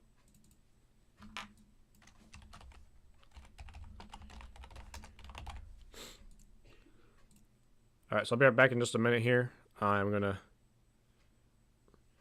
take a little bit of a break for a second. It's about to come back, so I won't leave it too long, but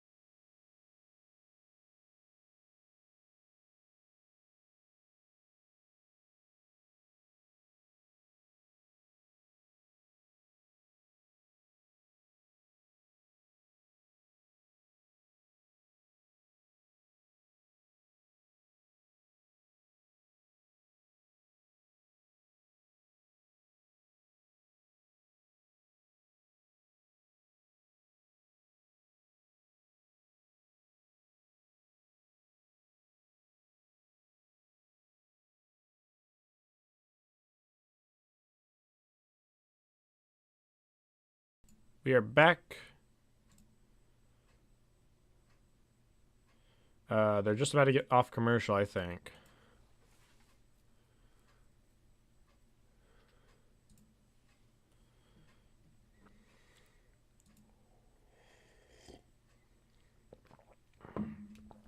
I think I think honestly for offensive line, at least for starting offensive line, we're kind of fine. We might have to part ways with Jedrick, what is it? Whatever.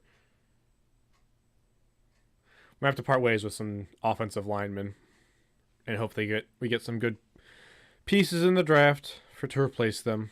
Is likely what's going to have to happen. Players that are also likely to be lost might have to part ways with the receiver, but probably Moore or Cooper, both of which we don't want to do. But it's just a mess.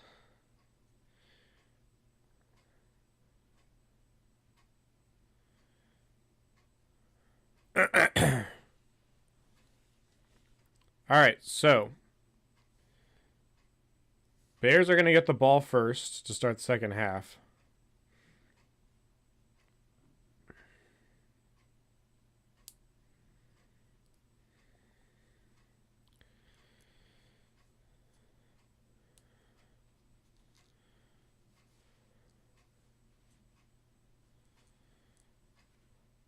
So it's a touchback for the Bears. They're going to get at the 25. They started to get something going there, but then when they threw the final Hail Mary, unless you get that, that's a huge momentum. That's a huge blow to the momentum that you were building.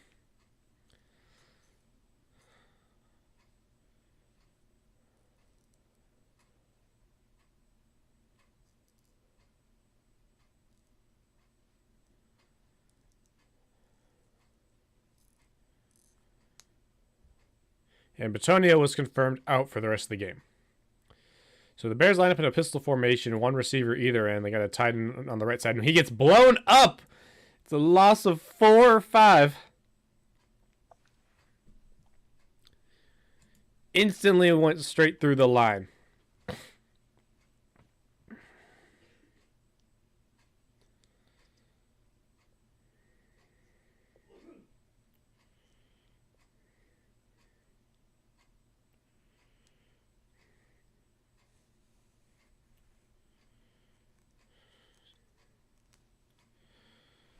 So 2nd and 14 for the Bears.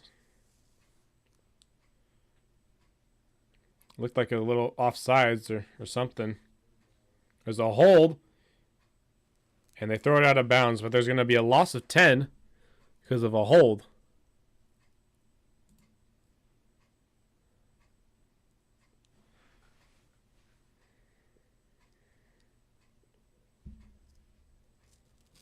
So we decline the penalty. It's going to be a 3rd and 14.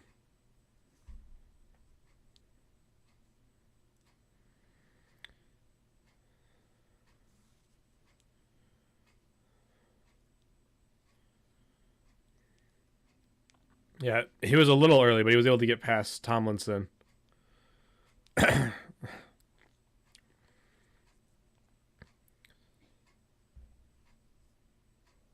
So, it's going to be 3rd and 14 for the Bears.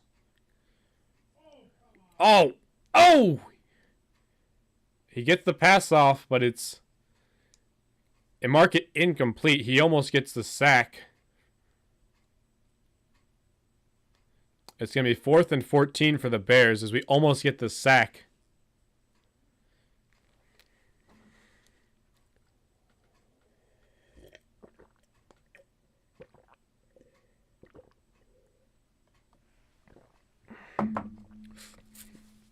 And Fields is slow getting up off the field.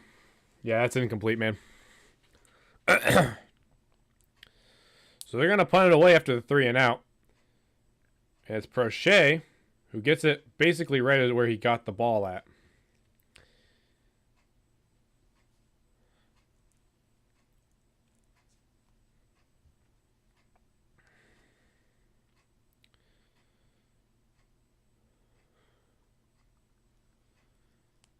So there's a flag on the punt. They don't show what it is, though, because they're going straight to commercial. What's the flag? They're going to show us the flag before they go to commercial.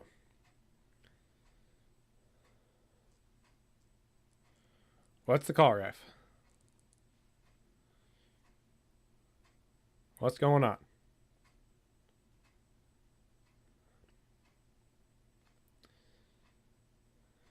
Hello?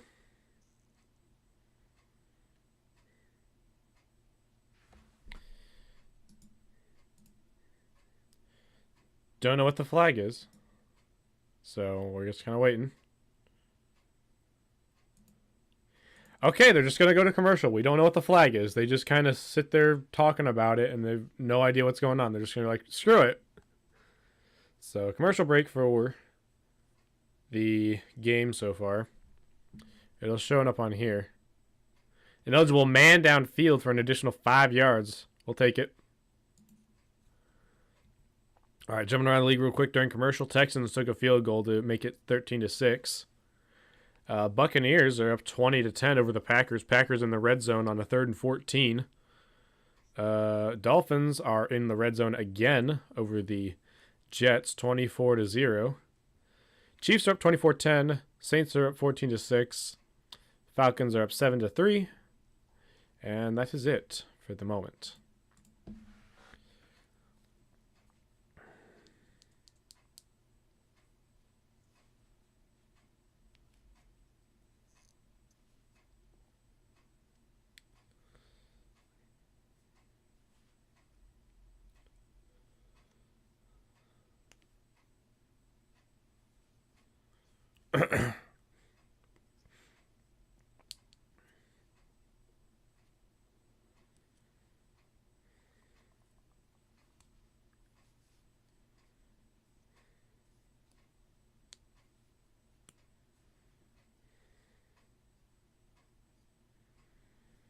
So we're still in commercial for the moment.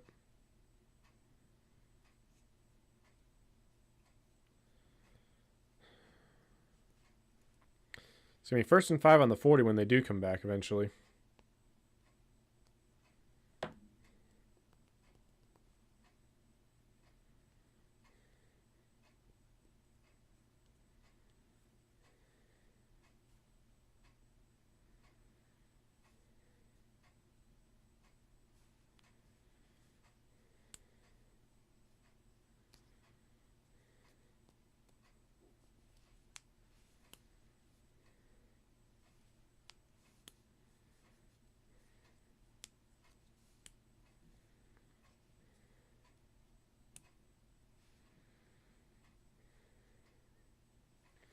So, 1st and 10 on the 40. So it's not 4th and 5 because it was during the punt. Looked like a false start, but no flag. Oh, you're kidding me. Bro. He's going to score. It's a pick six. It's deflected from the receiver and it's a pick six.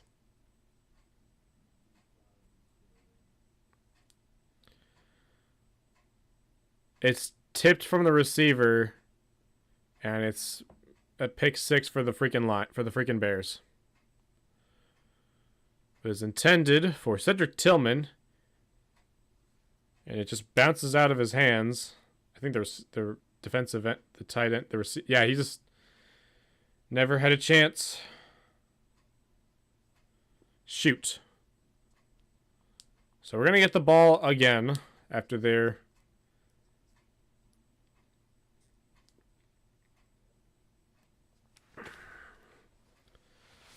not what we wanted.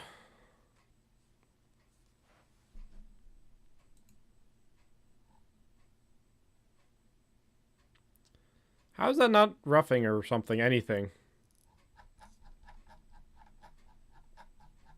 How's that not roughing the passer? Roughing the unnecessary roughness.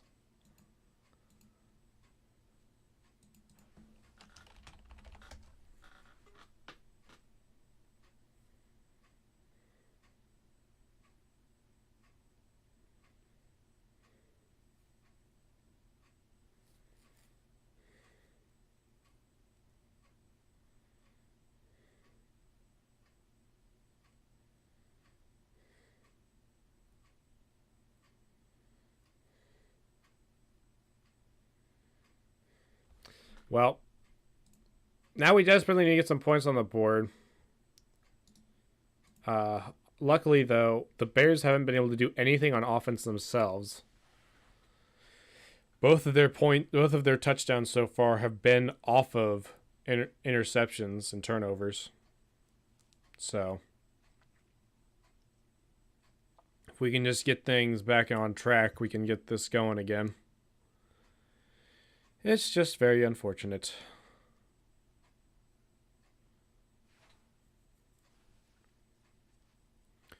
I don't know why we're not working the outside or downfield a little more, because they're playing the short game very tight.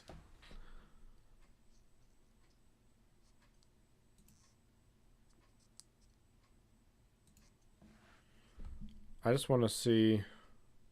Let me pull up stats. Where are the Bears on defensive ranking? Okay, they got a pretty. They're top 10 unit. So.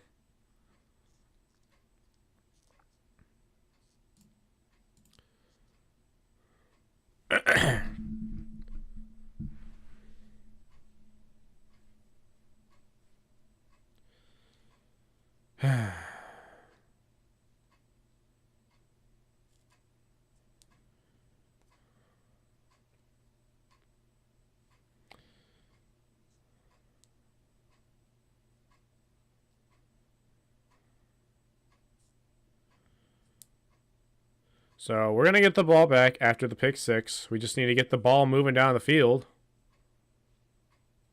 And that's just very unfortunate.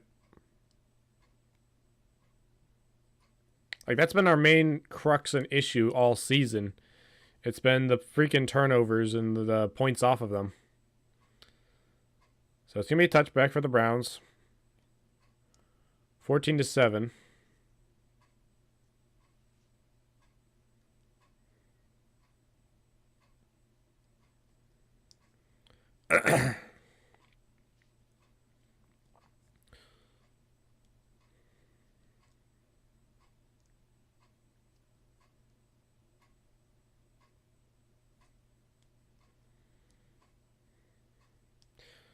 $111 points off of turnovers. That is ridiculous. So Ford finally breaks a run. He gets 6 yards on the play.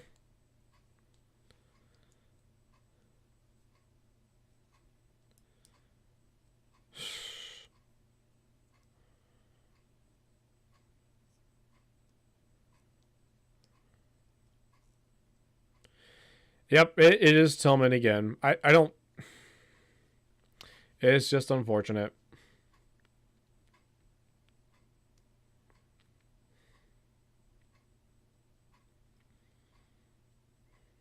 So 2nd and 4, single back formation for the Browns. Moore goes in motion.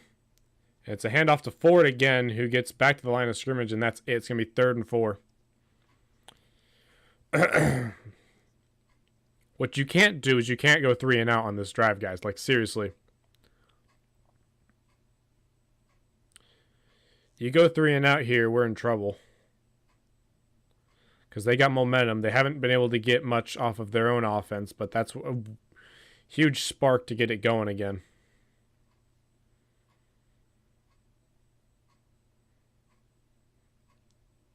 So 3rd and 4. He's got Njoku, but he's way short of the line of the first down line.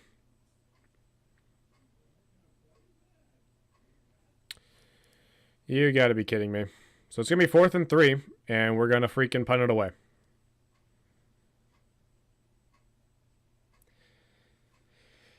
Yep, at least today. I don't remember what the other ones have been earlier this season, but...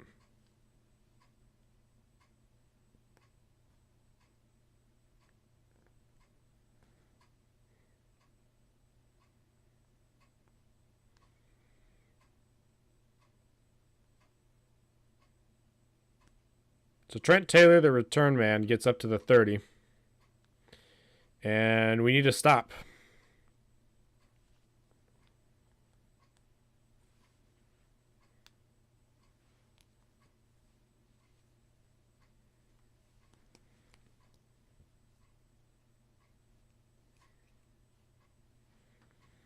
So, jumping around the league from this messy, painful game.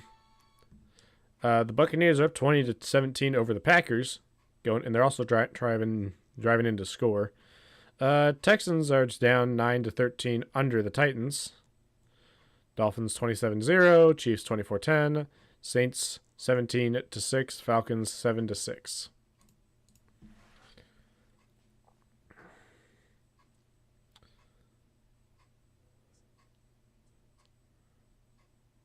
So he runs up, Fields runs up and gets a 3 yards for himself.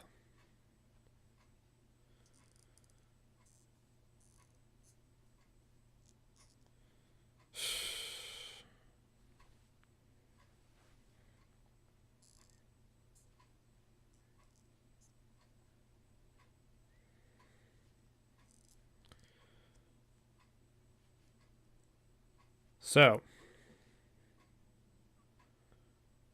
and it's a commercial, so I don't get to see the play. Apparently, it was a 15-yard pickup by Valles Jones Jr. Because Fox loves to do that at the most inopportune moments. I don't know why. It doesn't, to my knowledge, it doesn't even have a subscription service or anything. No.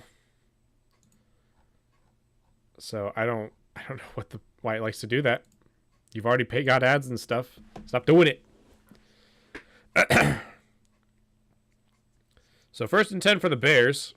Single back formation. 2 receivers out to the left. There's a tight end there as well. 2 tight ends set. Fakes the handoff.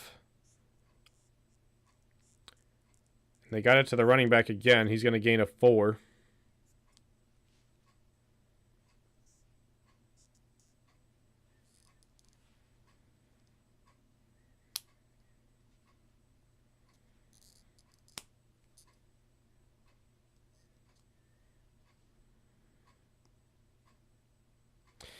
Yeah, kind of. It's kind of the whole dealio.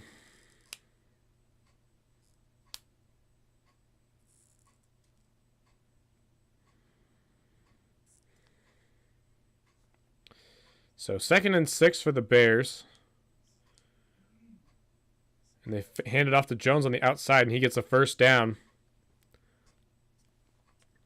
And we're in trouble as they're inside field goal range now. It's on the 41 right now. 1st and 10 for the Bears. Where's vintage freaking Justin Fields? Where's the interceptions and fumbles?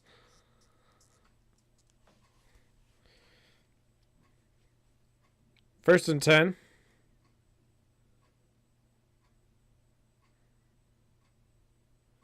What are you doing, man? You got to be playing man. You're playing like this weird loose zone. You're letting them get up yards. That's another 1st down for the freaking Bears, and they're inside the 26 now. They're inside the 30.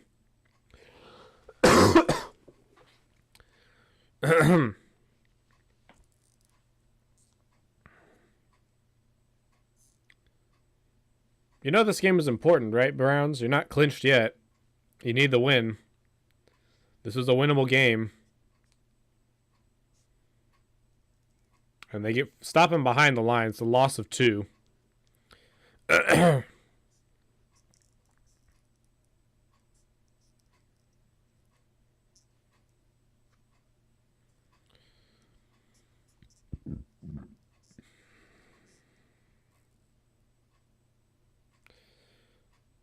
they changed up the defensive schemes a little bit, and they're playing a little tighter on this play.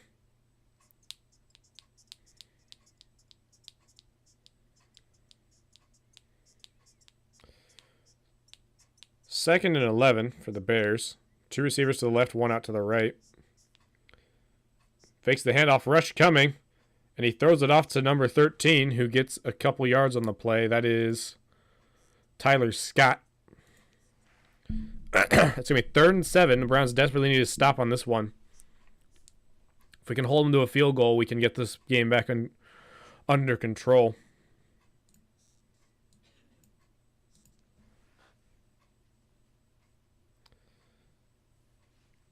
So 3rd and 7 for the Bears. They're 2 for 9 on 3rd downs. Play clock winding down, trying to get the play call in their heads. Throws it all for the Hail Mary, and it's way overthrown, incomplete for DJ Moore, and it's going to be 4th and 7. And that's a huge stop for the Browns. Denzel Ward back on the game.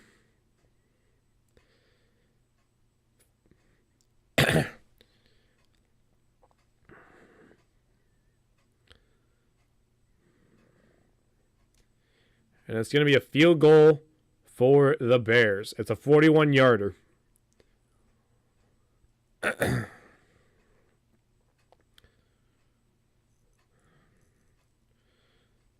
Kick is up, and it's good. 17-7 for the Bears.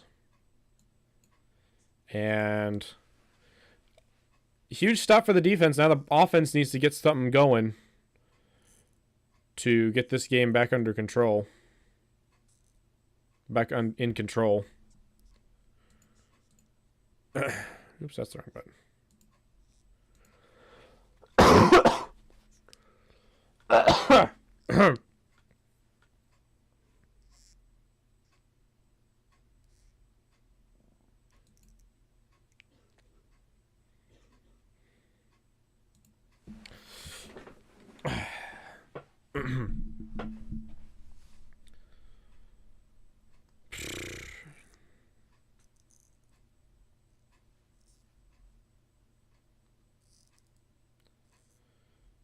Yeah, the defense has struggled on the road, so we need to get this win in because we go up against the Texans next week, who should have CJ Stroud back. They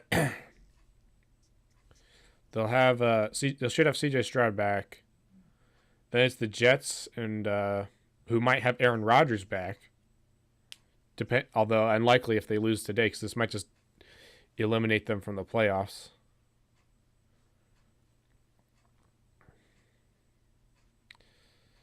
And then they've got the Bengals to end the year. Is that going to be a home game or an away game? I forget. That is in Cincinnati.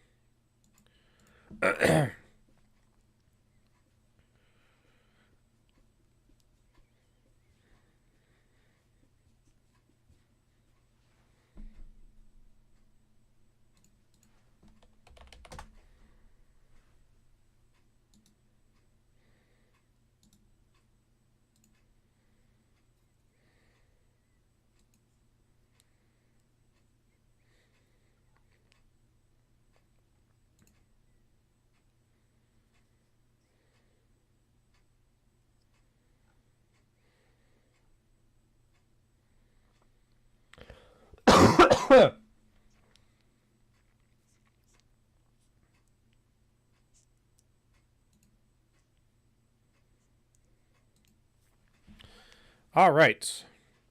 So they're kicking it off, and it's a freaking touchback. So we're going to get at the 25.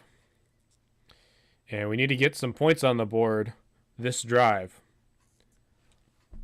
Even a field goal is really all we need to get this game back into position.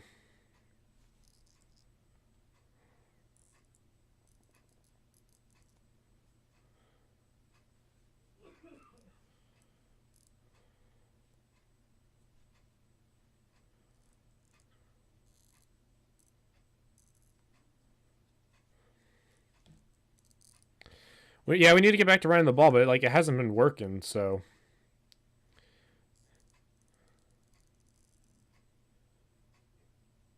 He got it to Njoku, and he's out of bounds, and he dropped it incomplete.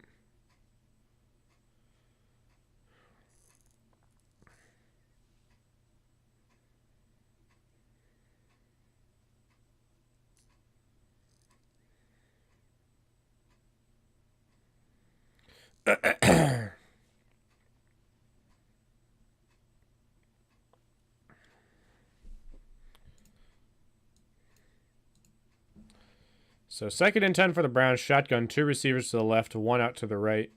And Njoku's in the game at tight end. We got the running back in. It's Ford. And he throws it over to Cooper, and it's overthrown, almost intercepted.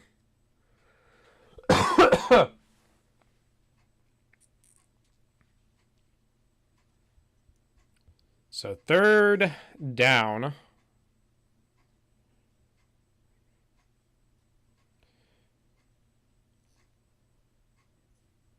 So 3rd down for the Browns, and we need to get this first down.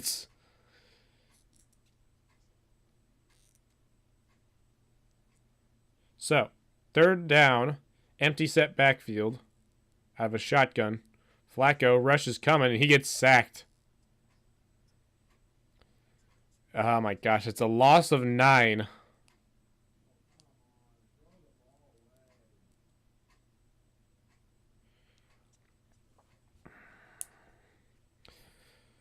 Well, this game is quickly slipping out of grasp. So, unless we get some sort of turnover here on their drive, I don't know what we can do. We need Emerson to get an interception. That's what we need.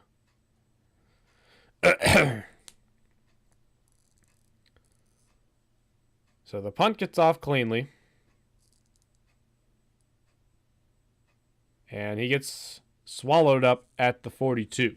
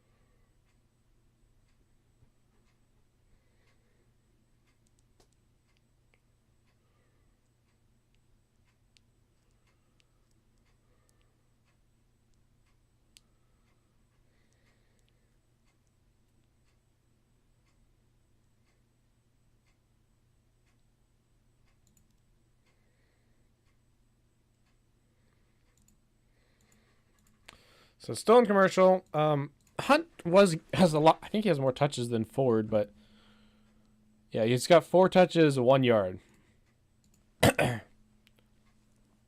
So I don't really know if giving the ball to Hunt is the best idea.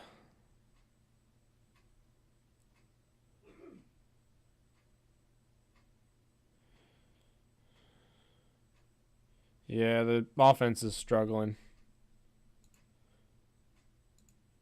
It just does this from time to time.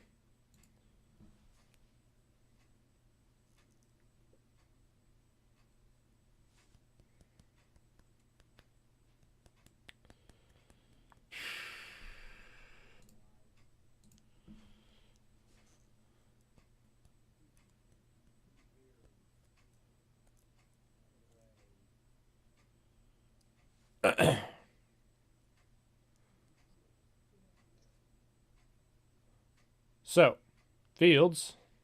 Rush is coming. He kind of just throws it away. Should be intentional grounding. There was no one in the area. The only guy that was in the area was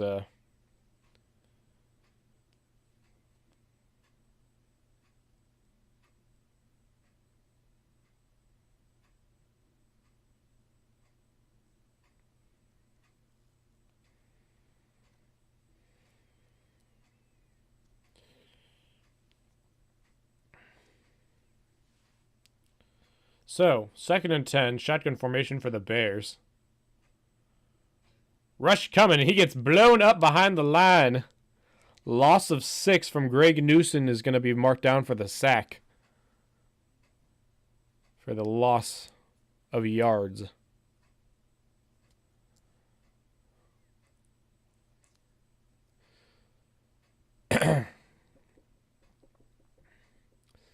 The offense just needs to wake up and get something on the board. Back on the board.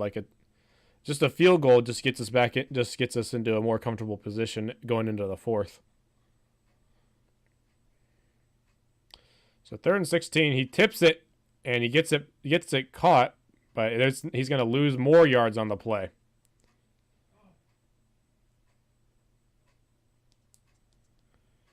And it's going to be a loss of 3, 4th and 19.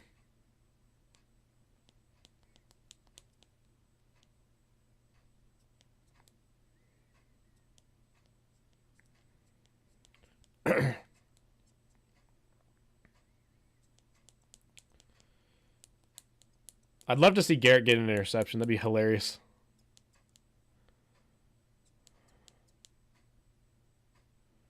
And it's going to be a fair caught at the 30. So, Browns offense coming back on the field desperately needs to get points here.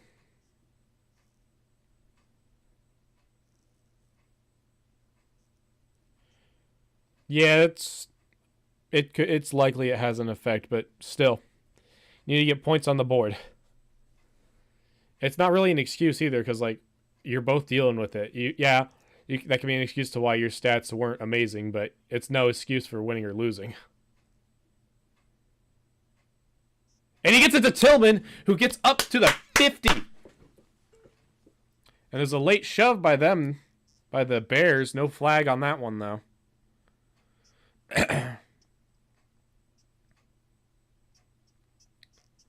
And there's whistles going on, so maybe there's a fight. Nope, never mind. So Browns come back out again and do a big play on 1st down on the drive. Flacco's got time. And he throws it low to David Njoku.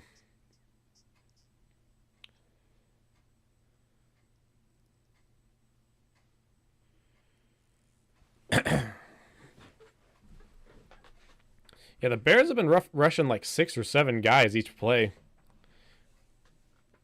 So if we can just break a play, we can get huge yards. That's why the run game hasn't been working. They've just been running 5 and 6 guys each play. They're showing rush right here. 5 guys on the rush. Dancing around. He throws it off to Pierce Strong, who gets 2 yards on the play. And that saves the sack because he was about to get blown up.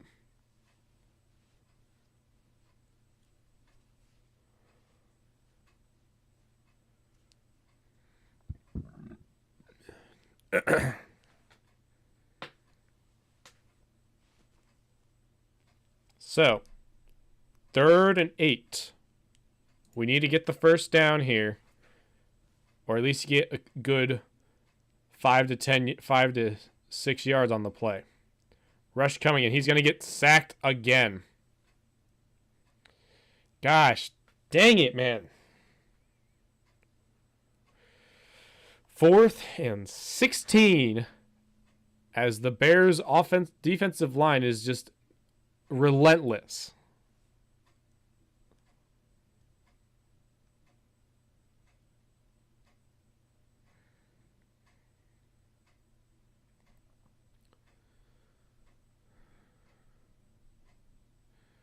And it's going to be a punt again for the Browns.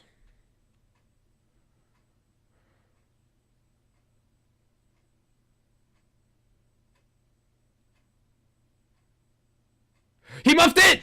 And the Browns have it! He muffed it and the Browns have it! Let's go!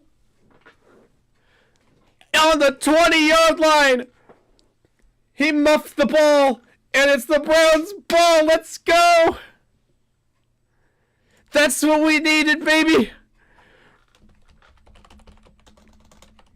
Let's go. He just drops it, and 43 is right there to get it.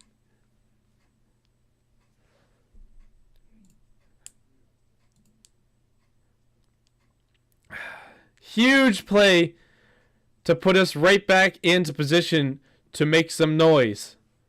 That's the break we needed. Where is he? I don't even see him on the list. So, 1st and 10 for the Browns on the 20. We're almost inside the red zone. Fakes the handoff. Oh, you're kidding me. You've got to be kidding me, man. You got to review that, man. You got to be kidding me. Review that, refs, please. Tell me that was the drop. Because if not, they threw an interception to give it right back to them on the 35. That was the break we needed, and he instantly gives it away.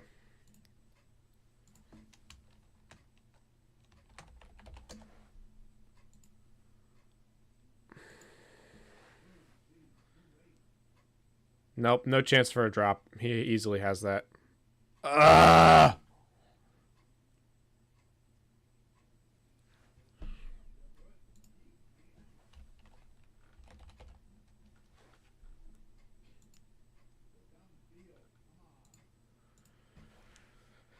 We had the break we needed, and it was wasted. Instantly wasted.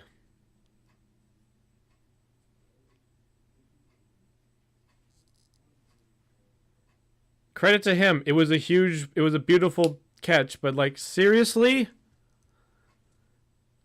He has thrown more interceptions today than he has all season for us. Like, the first 2 we could give him the excuse that wasn't on him. That one was.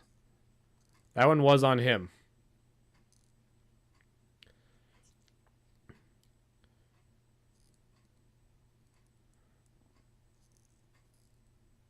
And Justin Fields gets an 8-yard run to the outside, just shy of the first down.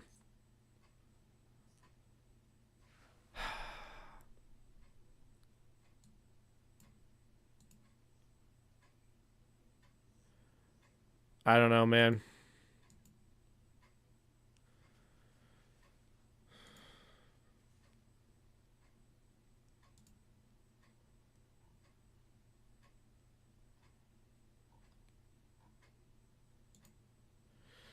So 3rd and 2 for the Bears. We need to get a stop right here, right now. And it's another design quarterback run. He's going to get a first down and then some. Sheesh.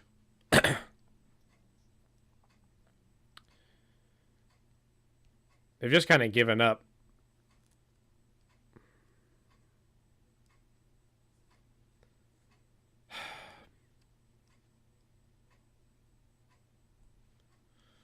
Welp.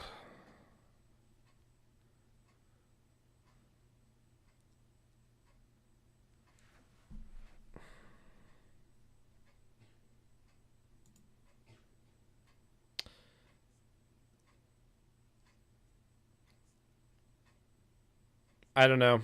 I don't know, man. Let's just pull up.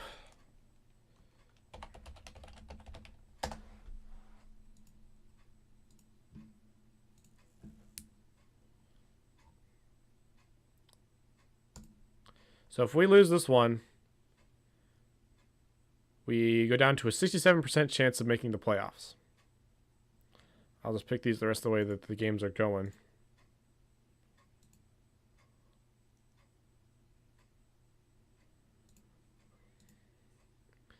So 2nd and 8.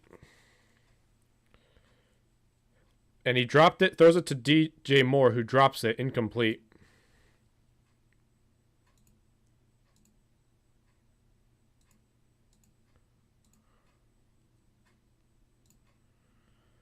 Like, we lose this game, we pretty much can kiss the division goodbye.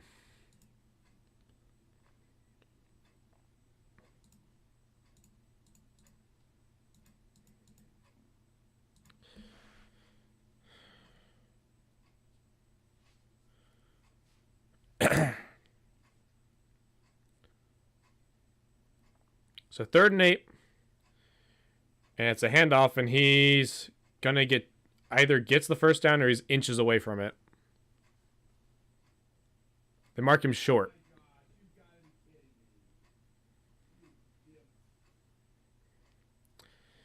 If I'm then just kick the field goal, what's the point in risking to get a first down? You don't need it. You're crushing us.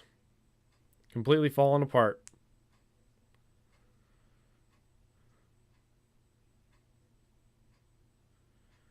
Bro, we were back prepared at the backup quarterback position. We're on quarterback number 4 because the other guy sucked.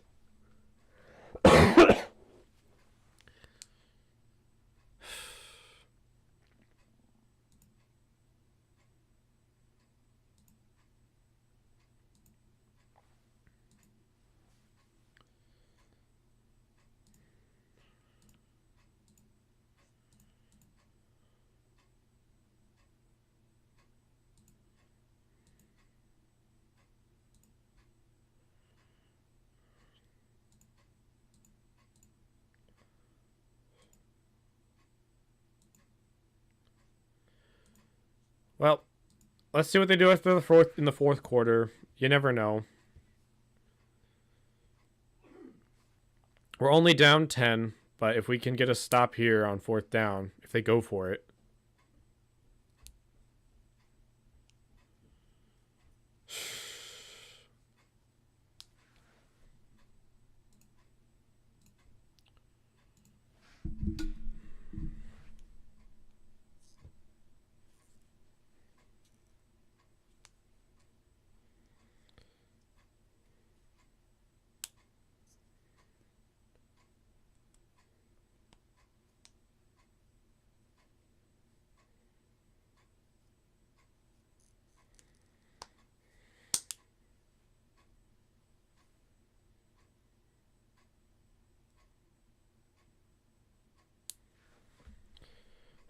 Jumping around the league real quick. Buccaneers up 33-20 over the Packers. Titans are up 16-9 over the Texans. Dolphins are up 30-0 over the Jets. Chiefs are up 27-0 over the Patriots. Saints are up 24-6 over the Giants. And Falcons are up 7-6 over the Panthers.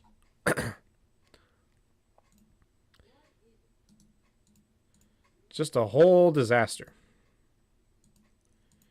And we're back from commercial, and they're going to go for it. And they're showing a run.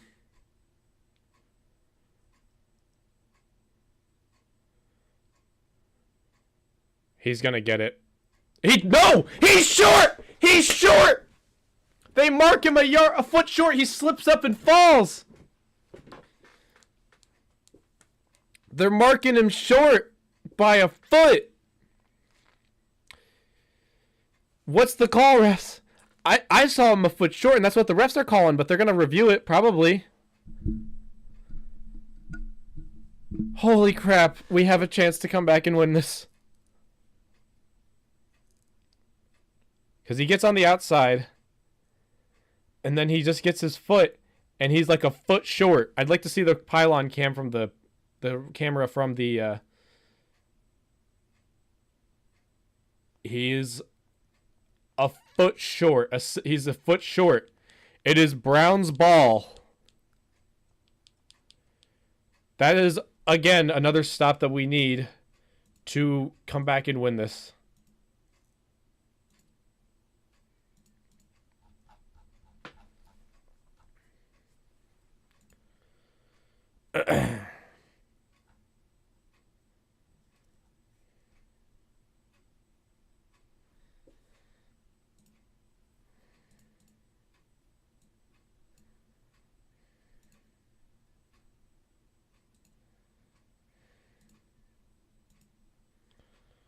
He did. It was a really good play by the defense to stop him there. He was, even if they review it, he's like a foot short. He's just short of the first down. And now the Browns have a chance to come. They have to use the momentum that they just got and score right away. Like, we need to get a this. This is not even like a question anymore. You need to score this drive, or you need to be think about what you're going to do next week.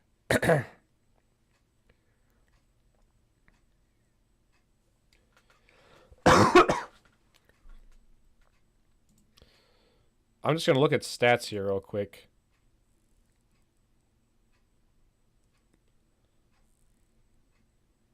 How many takeaways do they have? Turnovers. They have 20 takeaways this season, and we have 27 turnovers, giveaways. So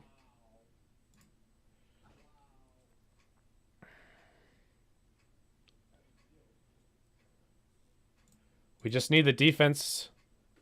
No, we need the offense to do something, and then the defense to get some more stops. And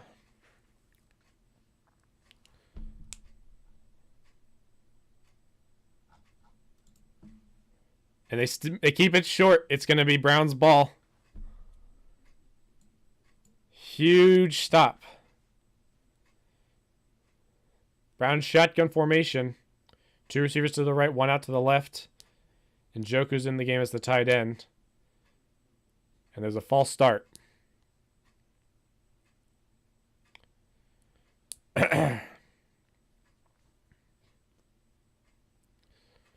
That's going to push us back again.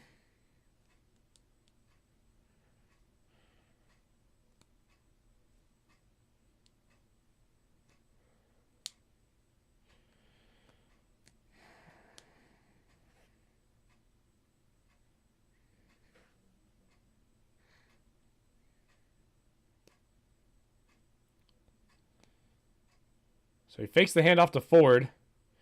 And he's got time. He throws it deep. He's got him. It's first down on the 15 to Goodwin. First down on the 15 red zone. Let's go. Instantly decided to answer. Huge play for him for the first. He's been completely quiet all year, mostly due to injury. First and 10 on the 15 for the Browns. Shotgun formation. And he throws it to Njoku, who gets 4 yards on the play. Second and 5 on the 10.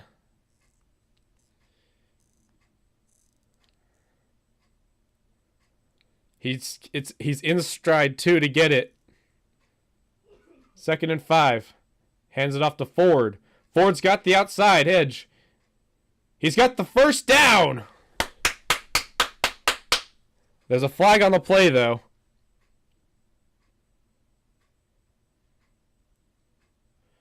And it's a freaking hold.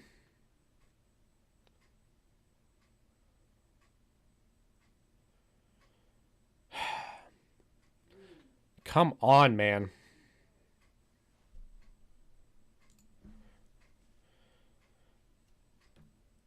Yeah, we need his speed. He needs to get another grab like that again later in this game.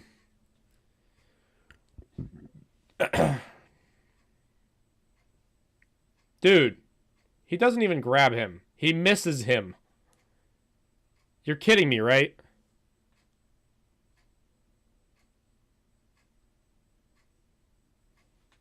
He misses the grab, dude. He doesn't even get his hand on him. Second and 12 now. Shotgun formation for the Browns. 3 receivers bunched to the right, 1 out to the left. Tipped away, incomplete to Amari Cooper. It's going to be 3rd and 13. I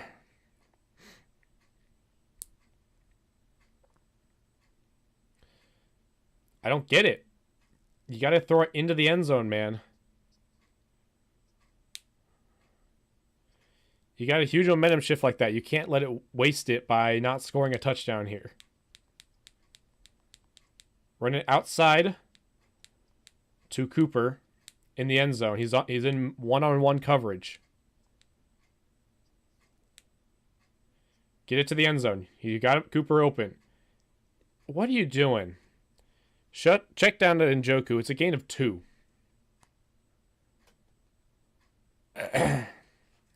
So we're going to get a field goal attempt from Dustin Hopkins to make it a 1-possession game.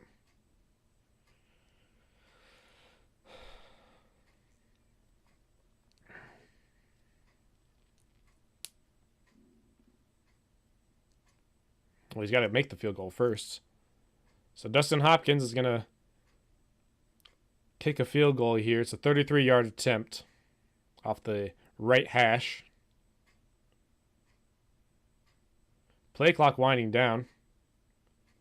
I don't get to see it, but he makes it because Fox loves to do this at the most crucial moments in a game. But 17-10.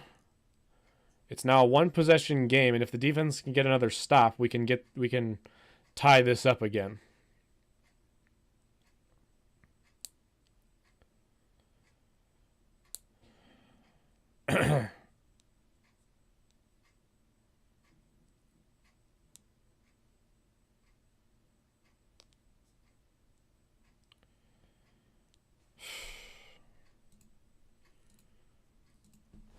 So we desperately, I don't like the idea we went for the field goal. We should have gone for the touchdown on that play. I don't like the check down to Njoku. Like, what are you doing, man?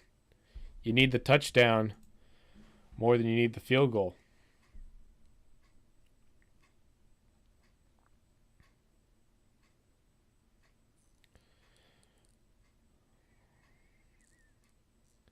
Yeah, it's his first target of the game. I want to see how many targets he has this season. Yeesh. He has literally not been a non-factor all season until now. He's had 3 receptions all season up until this point. That was his 4th reception of the season from Goodwin. So, Hopkins kicks it off. That's going to be a touchback. 12:27 left to go.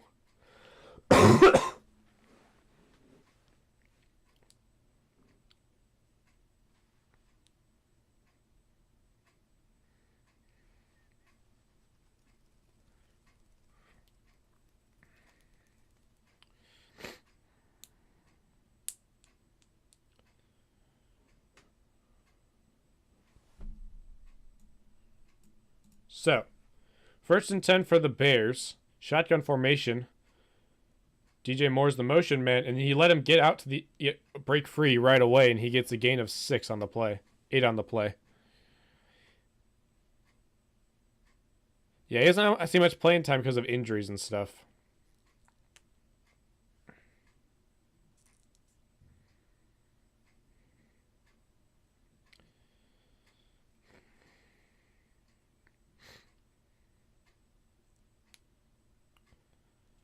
So, 2nd and 3 for the Bears.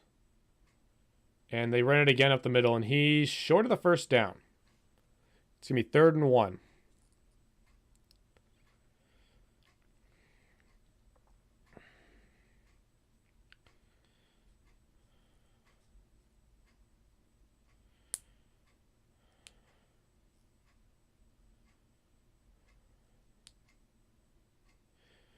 Yeah. 3rd and 1 for the Bears. The dog pound is loud. And he's going to be short. They tackle him behind the line. It's a loss of 3 on the play by Alex Wright. It's going to be 4th down, the 3 and out we needed to get momentum back into this game. This is why I don't like jet sweeps. You either get big plays or you get nothing. Especially with like receivers and stuff. You see the motion. You already got a guy coming in on the outside. It's just a dumb play. Never call it. So the kick is off. And Prochet catches it at the 25. That's a fair catch right there. So we have 10:35 left to go in the game. We are down by 7, and we have playoff position on the line here.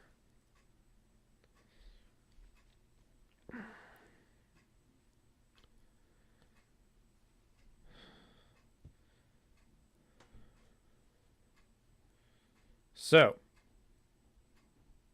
1st and 10 on the 25. Flacco and the Browns coming out of a shotgun. 2 receivers either end.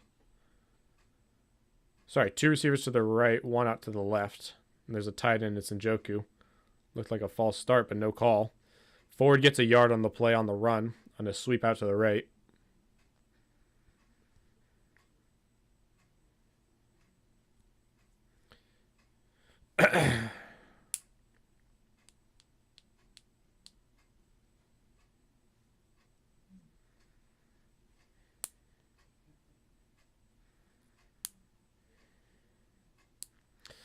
So it's 2nd and 9 for the Browns.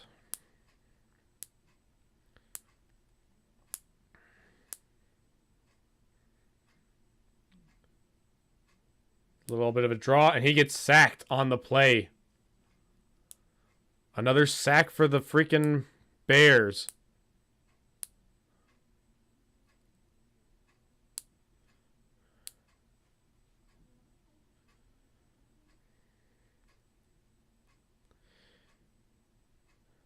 And Nick Harris is down. Our starting center. Ugh. It's going to be a loss of 8.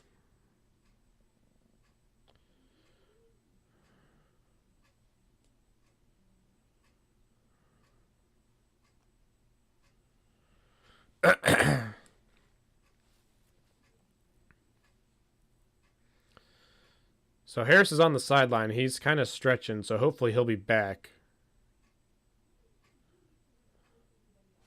Who's our backup center? He was our backup center. So, 3rd and 17. Flacco. He throws it off to Njoku, who he breaks free a little bit and gets just past the initial line of scrimmage. It's a gain of 7. And it's going to be 4th and 10. We're going to have to punt it away.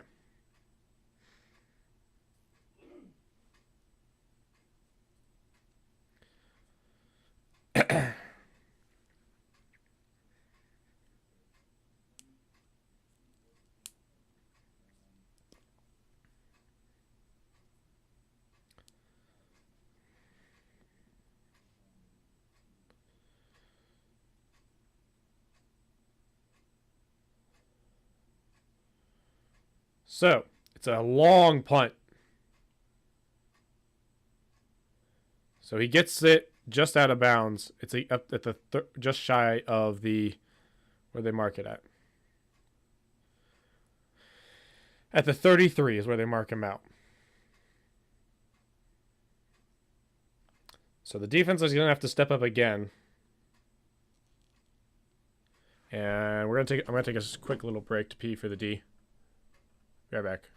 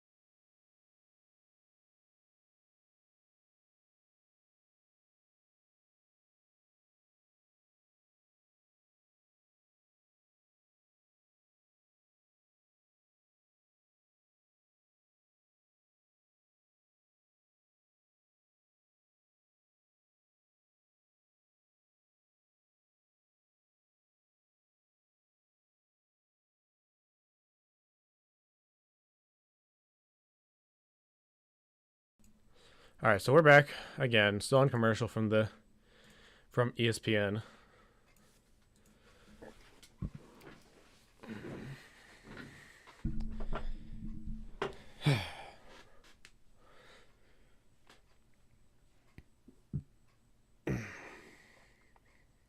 So we peed for the D. Hopefully that helps. The pure magic.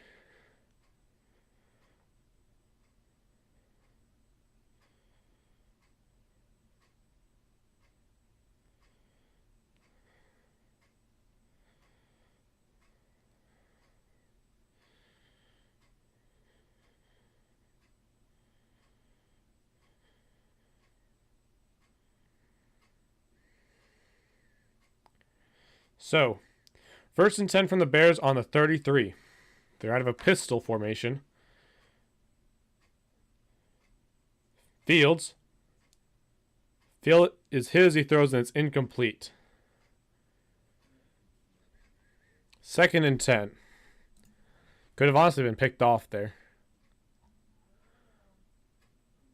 So we got 2 sacks today, and the Bears have not 4.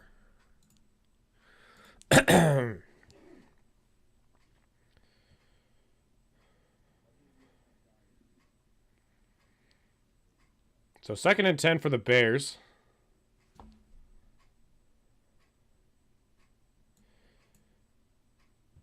And he's going to lose yardage on the play. They run it and he gets a yard, I should say. So it's 3rd and 9.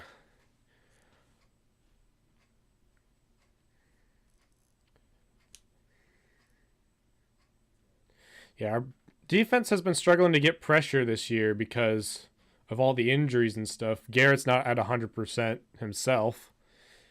And they just don't call penalties for holds because they don't like us.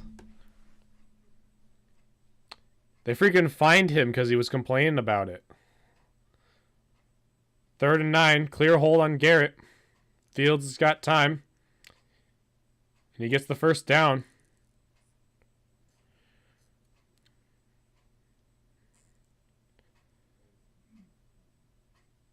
Are they going to...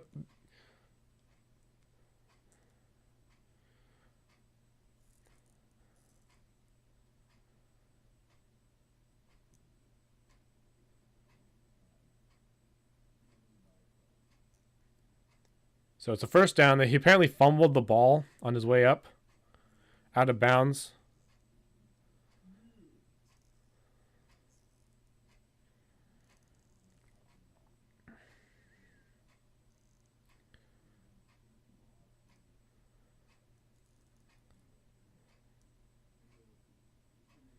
That's a slide, man. You can't... You gotta... Refs, you can't let him do that.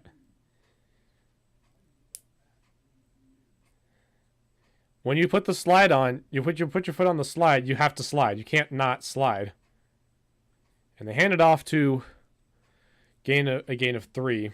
So we're not going to get any penalties for that. Like the NFL, they need to be proactive on the fake slide because it's a disadvantage for the defense because they don't have a chance to...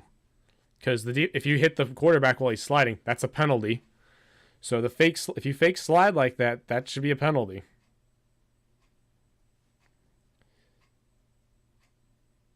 It's just the way it has to be because it's not okay. So 2nd and 7. Rush coming, and he's sacked on the play. It's a loss of 11 yards. Jeremiah Owusu-Koramoah on the sack.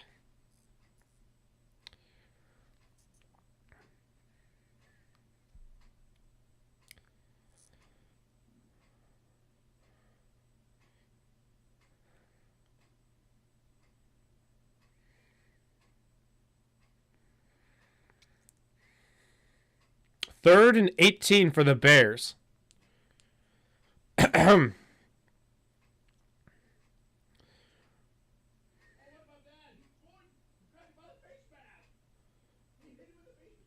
should have been a delay of game. There's a hold. And you let him get up to midfield.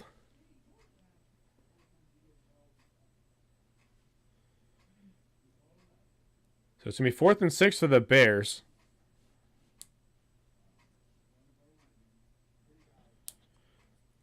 So it's 6:10 left to go, and the Browns are desperate. This is pretty much one of the last chances the Browns are going to have to get back into this game. You either score a touchdown here, or it's pretty much over.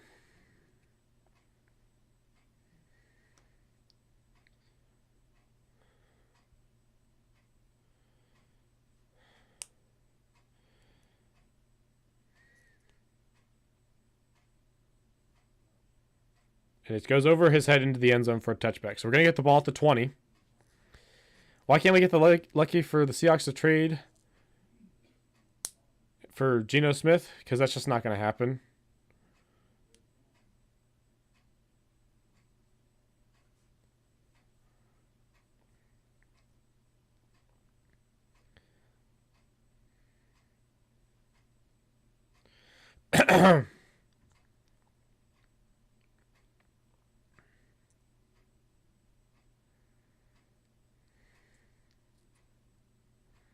So, 1st and 10 on the 20. Shotgun formation for the Browns. Bunch receivers to the... Nope, he motions back out to the left. It's a handoff to Strong, who gets a couple yards on the play. And that is it. 2 yards at most.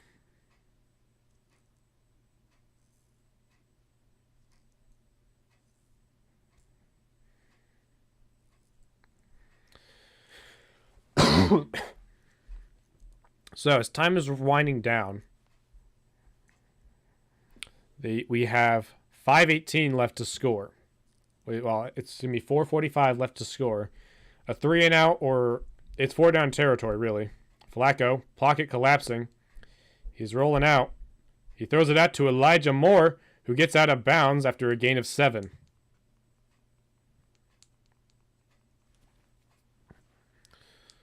So it's 3rd and short now. 4:33 left to go in the game.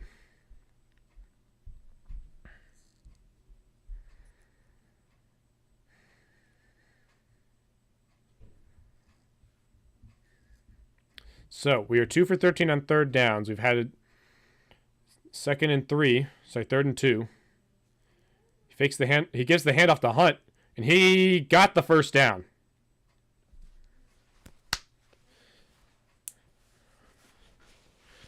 $4:20 left to go in the game. So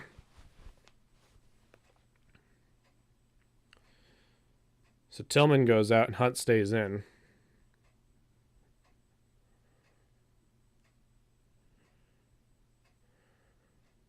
Just the run game has not worked at all today.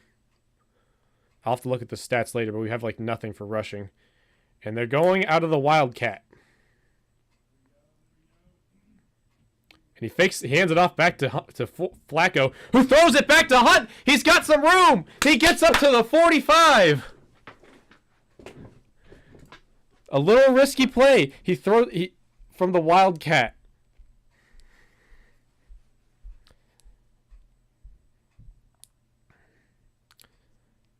I think the idea was for him to run out to the right, and then he just like, screw it. If Hunt's still open, get him to him. So Flacco drops back, rush coming. He's got Njoku, who gets out of bounds. Gain of 6.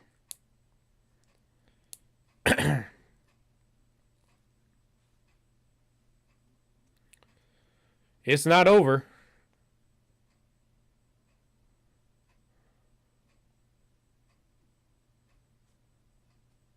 So 2nd and 4 for the Browns. 3:18 left to go in the game.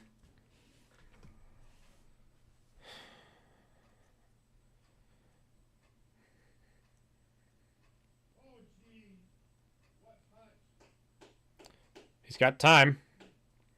He throws it to Cooper. He's got some room. He's inside the touchdown. Browns for Amari Cooper.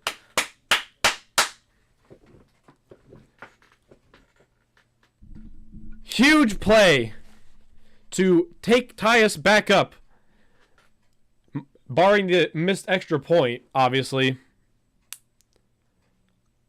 And that's the play we needed to make this game a possibility.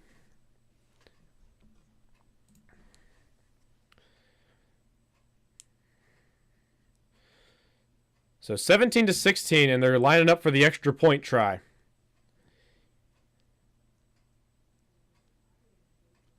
And they kick the extra point, and it's good. And Amari Cooper is going to now be just shy of the 1,000-yard mark. He's gonna need he needs like 20 more yards this season, and then he breaks 1,000-yard. So for the first time since like the 60s, since we've had a receiver do that.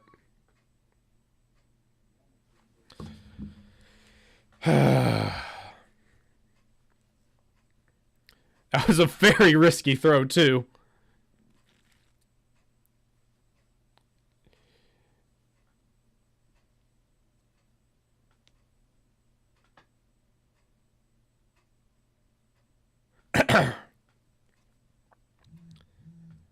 So,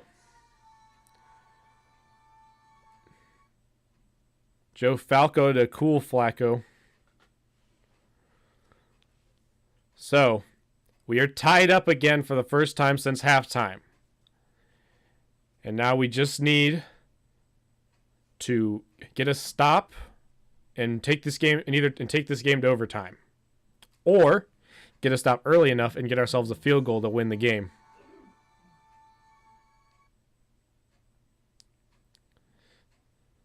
There's plenty of time left for more points to be scored. Just 17-17, 3:08 left to go in the game. Or at least in regulation. We might go to overtime if we don't score points again.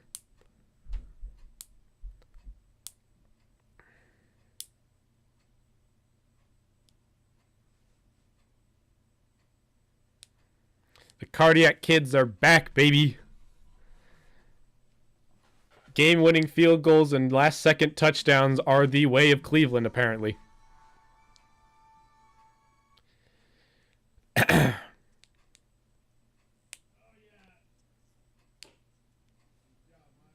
So. And it's going to be a loss of 5 on the play by Myles Garrett. Second and 15. 2:53 left to go.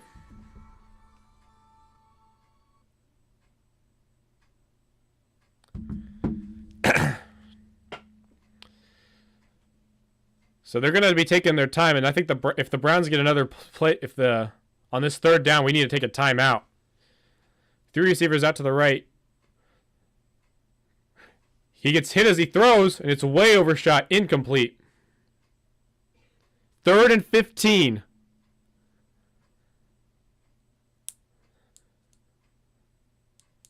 Let him play, man.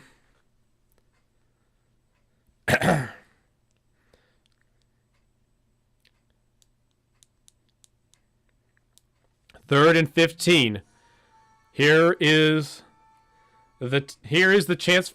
If this is a stop here, the Browns have a chance to not just tie the game and go to overtime, but to win the game before time expires.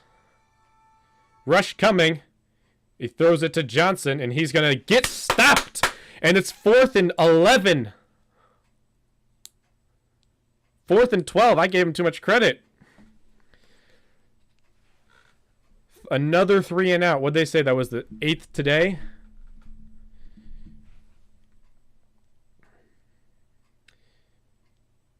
Garrett's sick of this crap. People not giving him enough credit. 2-minute warning. 4th and 12 for the Bears, and the Browns are going to have a chance to win the game. This is going to warrant a video. I'm not going to be able to make it today because I got work yet tonight, but huge comeback. I'm going to have to make a short clip. I don't have time to make a proper breakdown video or anything.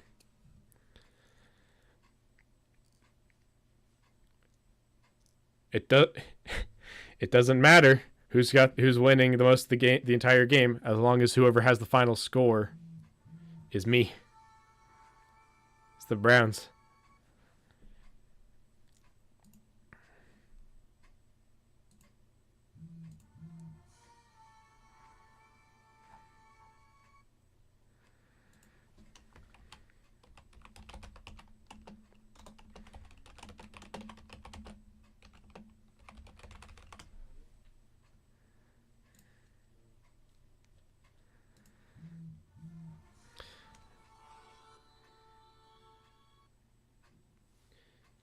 So we have all of our timeouts.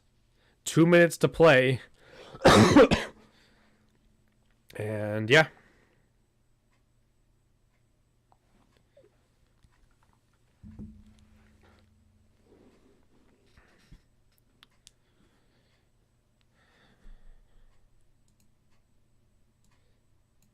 Jumping around the league real quick, we're going to look at some other games. The Texans and Titans are tied up in overtime. Commanders Rams just started. 49ers Cardinals started. Buccaneers won. Dolphins won. Patriots Chiefs won. Saints won. And the Panthers upset the Falcons as they couldn't put any points on the board. And they scored. Yeah.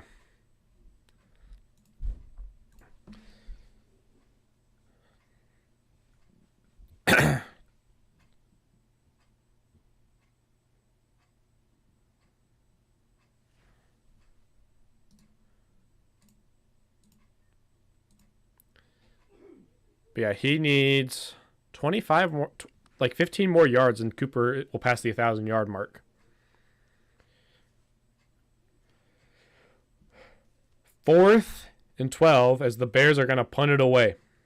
We'll have 2 minutes to not only burn clock, but also get in field goal range.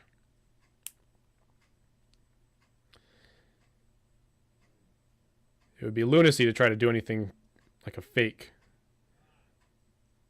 And it's a short punt, too. And it's going to take a Bears bounce out of bounds at the 21-yard line.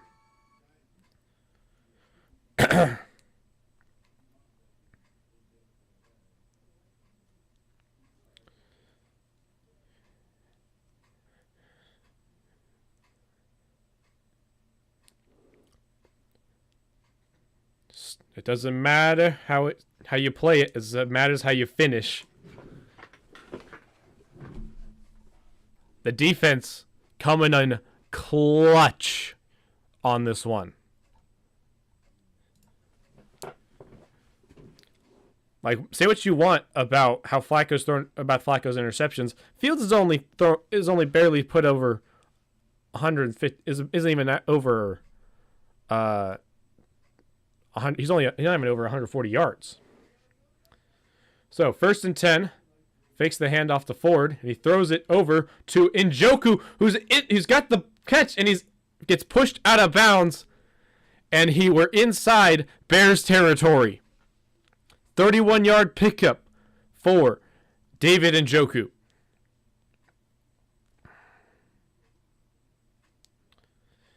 Because they're going into pure prevent defense. I don't know what you're doing. Prevent prevents winning, man. But the clock will stop at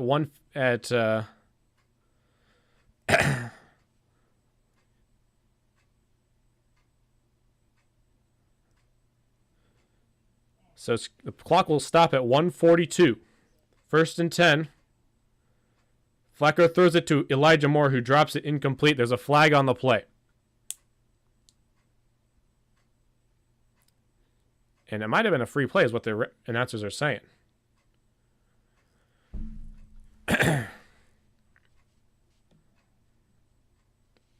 It's offsides on the offense. And Njoku was offsides, apparently. Rather annoying. Oh, yeah, he's definitely offsides, man. Yeah, you're a little too yeah, man. You can't be doing that. But it's fine. It's fine. So, 1st and 15 for the Browns. 1:38 left to go. Flacco throws it deep to Cooper, almost intercepted. And it's going to be 3rd down. It's going to be 2nd and 15 now.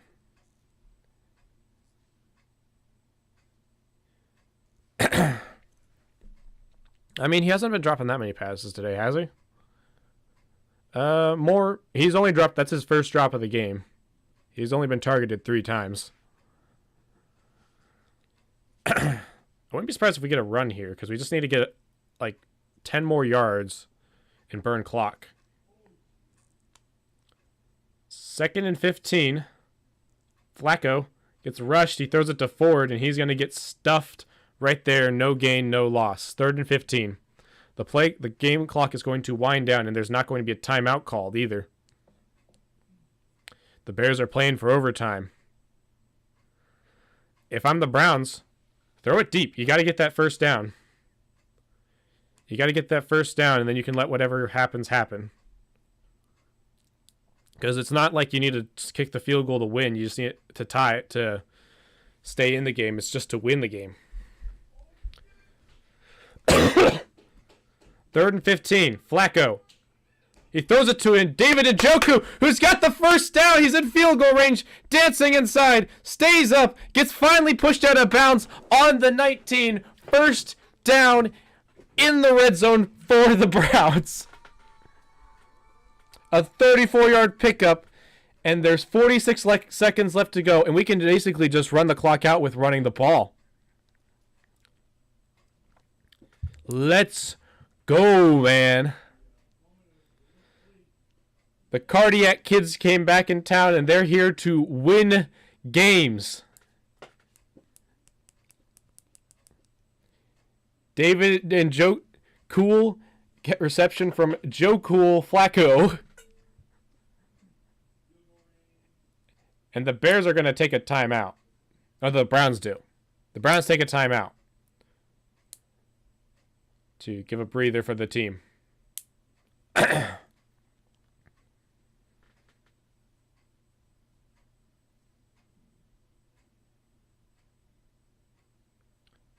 I see. Yeah, it's really cool to see the way his eyes dart around the field. It's kind of you don't get to see that. I don't typically see stuff like that.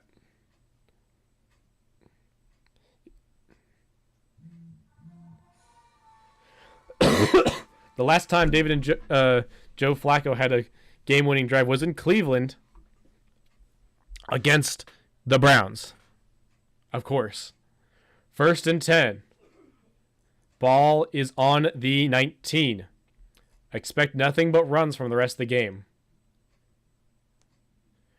It's handed off to Ford, who gets 3 yards on the play. Chicago calls a timeout. 42 seconds left to go. I'm sorry, it was Hunt, not Ford, who got the 3 yards. So we hold the top wildcard spot, assuming he makes the field goal and the Bears don't do anything crazy on the any final plays they might have. We're gonna take the top. We're gonna keep the top spot, but not only that, we're gonna basically put the wildcard dreams to bed for the Bears. And not only that, but we also are still just barely behind the the Ravens, assuming they lose tonight, which is possible.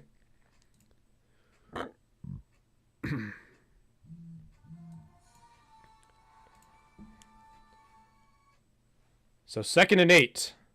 It's handed off to Hunt again, who he gets another 2 yards. It's going to make it 3rd and 6, and the Bears are going to take another timeout.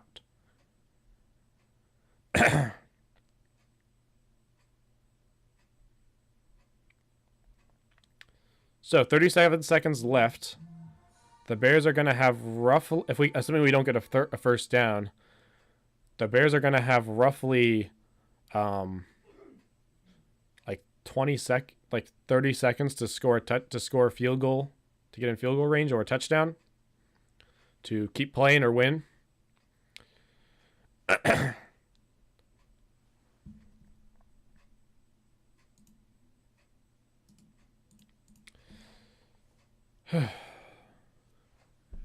Because there's been a comeback in the final 10 minutes here. 3rd and 6. And we're going to knee it down right where they want it. And there's going to be 36 seconds left for the Bears to potentially tie up the game or win it. It's going to be a very short field goal. It's a really short one. I think it's 30, 31.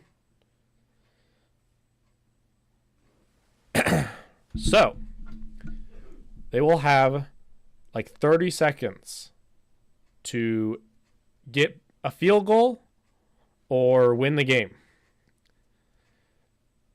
Assuming he doesn't miss. I hope he doesn't miss. I will be very sad if he misses. So 34-yard attempt from Dustin Hopkins off of the right hash again. No wind. Wind's picked up a little bit. And the kick is up, and he's going to drill it. The Browns take the lead for the first time in the game. The Browns have been trailing since the second quarter, so for like 40 minutes. Yeah, 40 minutes. We've been trailing for 40 minutes. 40 minutes of the game. And now 32 seconds for the Bears to either have magic happens and put Fields into keeping his job next year guaranteed and also a playoff chance. But here we go. 32 seconds left, and then there's also going to be a kickoff here, so hopefully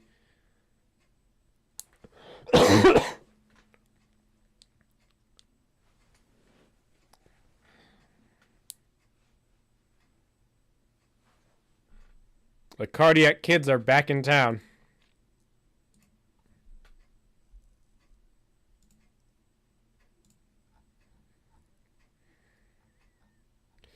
Orange Pants Sunday. It's what happens to make us win it.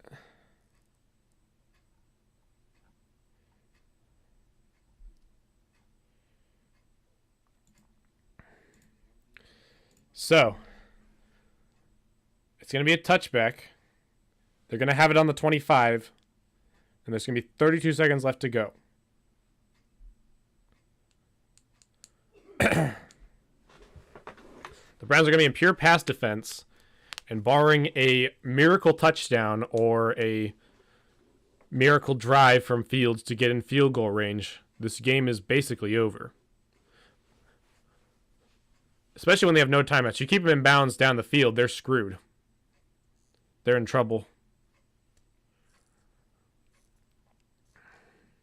So, 1st and 10 for the Bears. Shotgun formation. 3 receivers right, 1 out to the left. Fields. He's going to throw it. And he dropped it. Incomplete. To Taylor Scott. He had it in his hands and he just dropped it. 2nd and 10. 25 seconds left to play. And Zadarius Smith is down.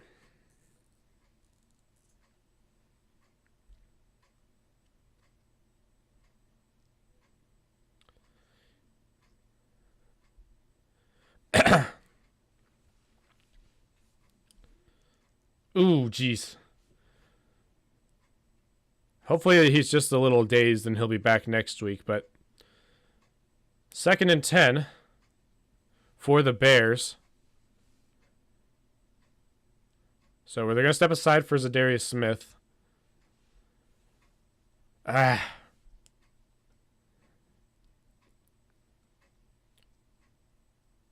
Hopefully he just knocked the wind out of him. And he gets back up for next week. Because we need him.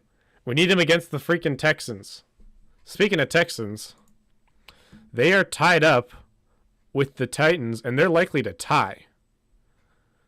As the Texans have 43 seconds, have a minute 49 left to go in overtime, and they're about to punt it away.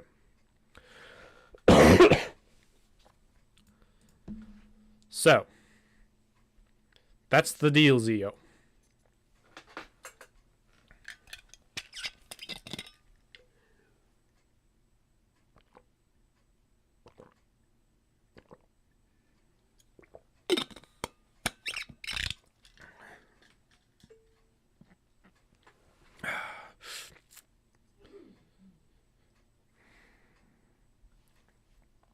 So Zadarius Smith has walked off on his own power. 2nd and 10 for the Bears. Single empty back formation.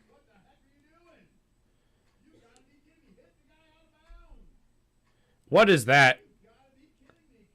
He gets out of bounds, but he catches it. It's 15 seconds left to go. And it's a huge gain. As he slips through defenders, it's a gain of 30.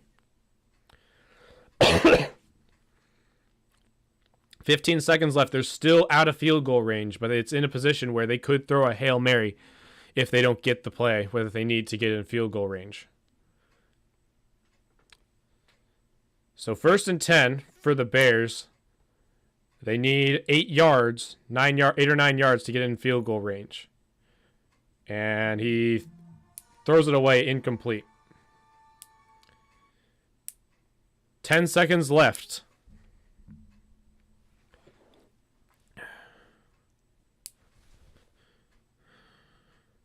I mean, they could use the middle of the field if you just spike it fast. Honestly, here's the idea. Leave the middle of the field open for the most part, and then trick them into throwing it there, because players typically do mistakes like that cost games. 2nd and 10. 10 seconds left. Shotgun formation. 3 receivers left, 1 out to the right, and the Browns take their final timeout to figure out what they're going to do.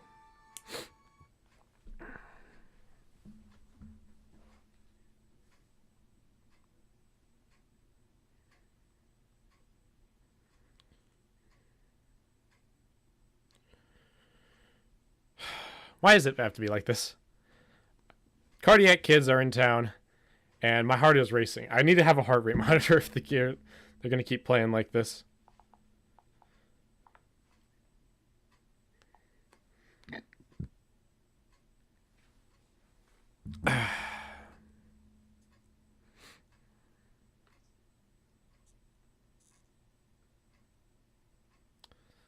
So, 10 seconds left.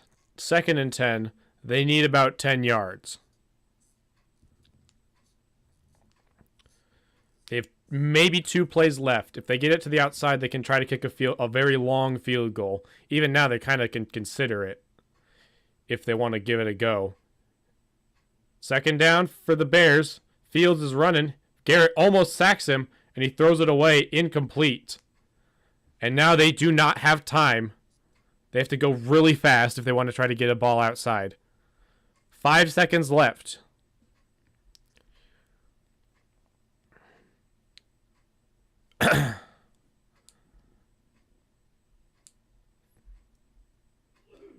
Five seconds left. You got to go tight man prevent defense.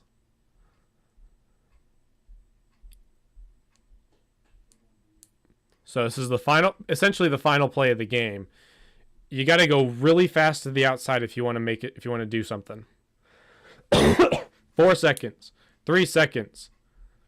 No time's left. Flacco, he throws it deep. Tipped. Almost intercepted by... Oh my gosh. It fell into the guy's hands. He had it. He threw it up again for the touchdown. Intercepted by the Browns to win the game. Number 11 for the Bears, Darnell Mooney, had it.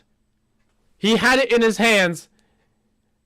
If he just held on to it, it fell out of his hands, got tipped up by his foot, and then caught by D'Anthony Bell, who takes a knee on the 1 yard line.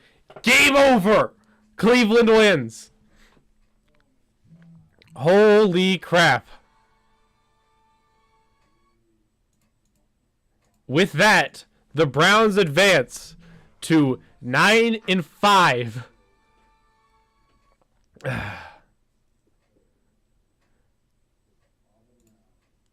Holy crap.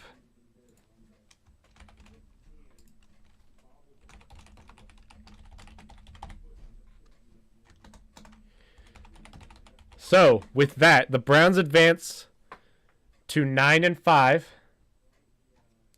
with the chances of the playoffs increasing up dramatically. Jumping around the league real quick. There's 2 seconds left. I wonder if I can see the final debate of this Houston game.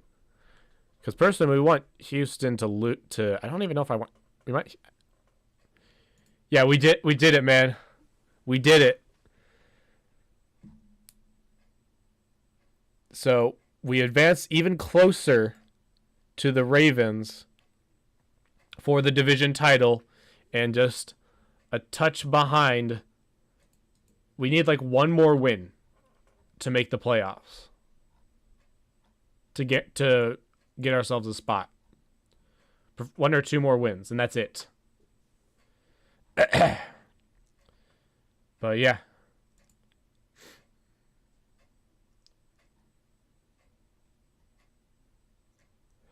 So, with that, we are gonna stay the seventh. Okay, they did make the field goal, though the Texans did win it.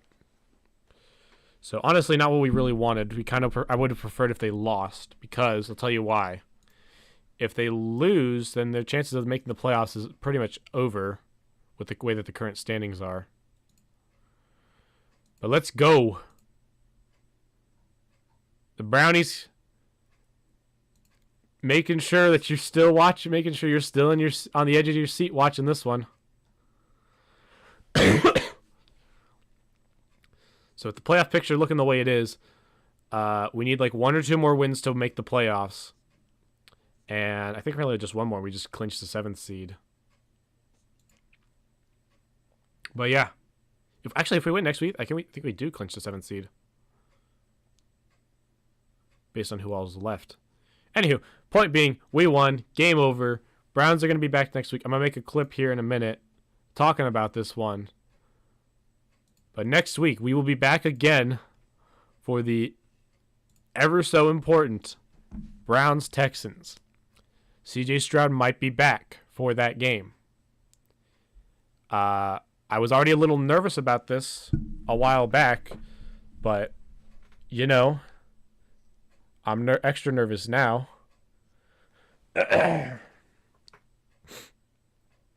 So, yeah. We'll be back next week for that. Until then, have a good rest of your day. And yeah.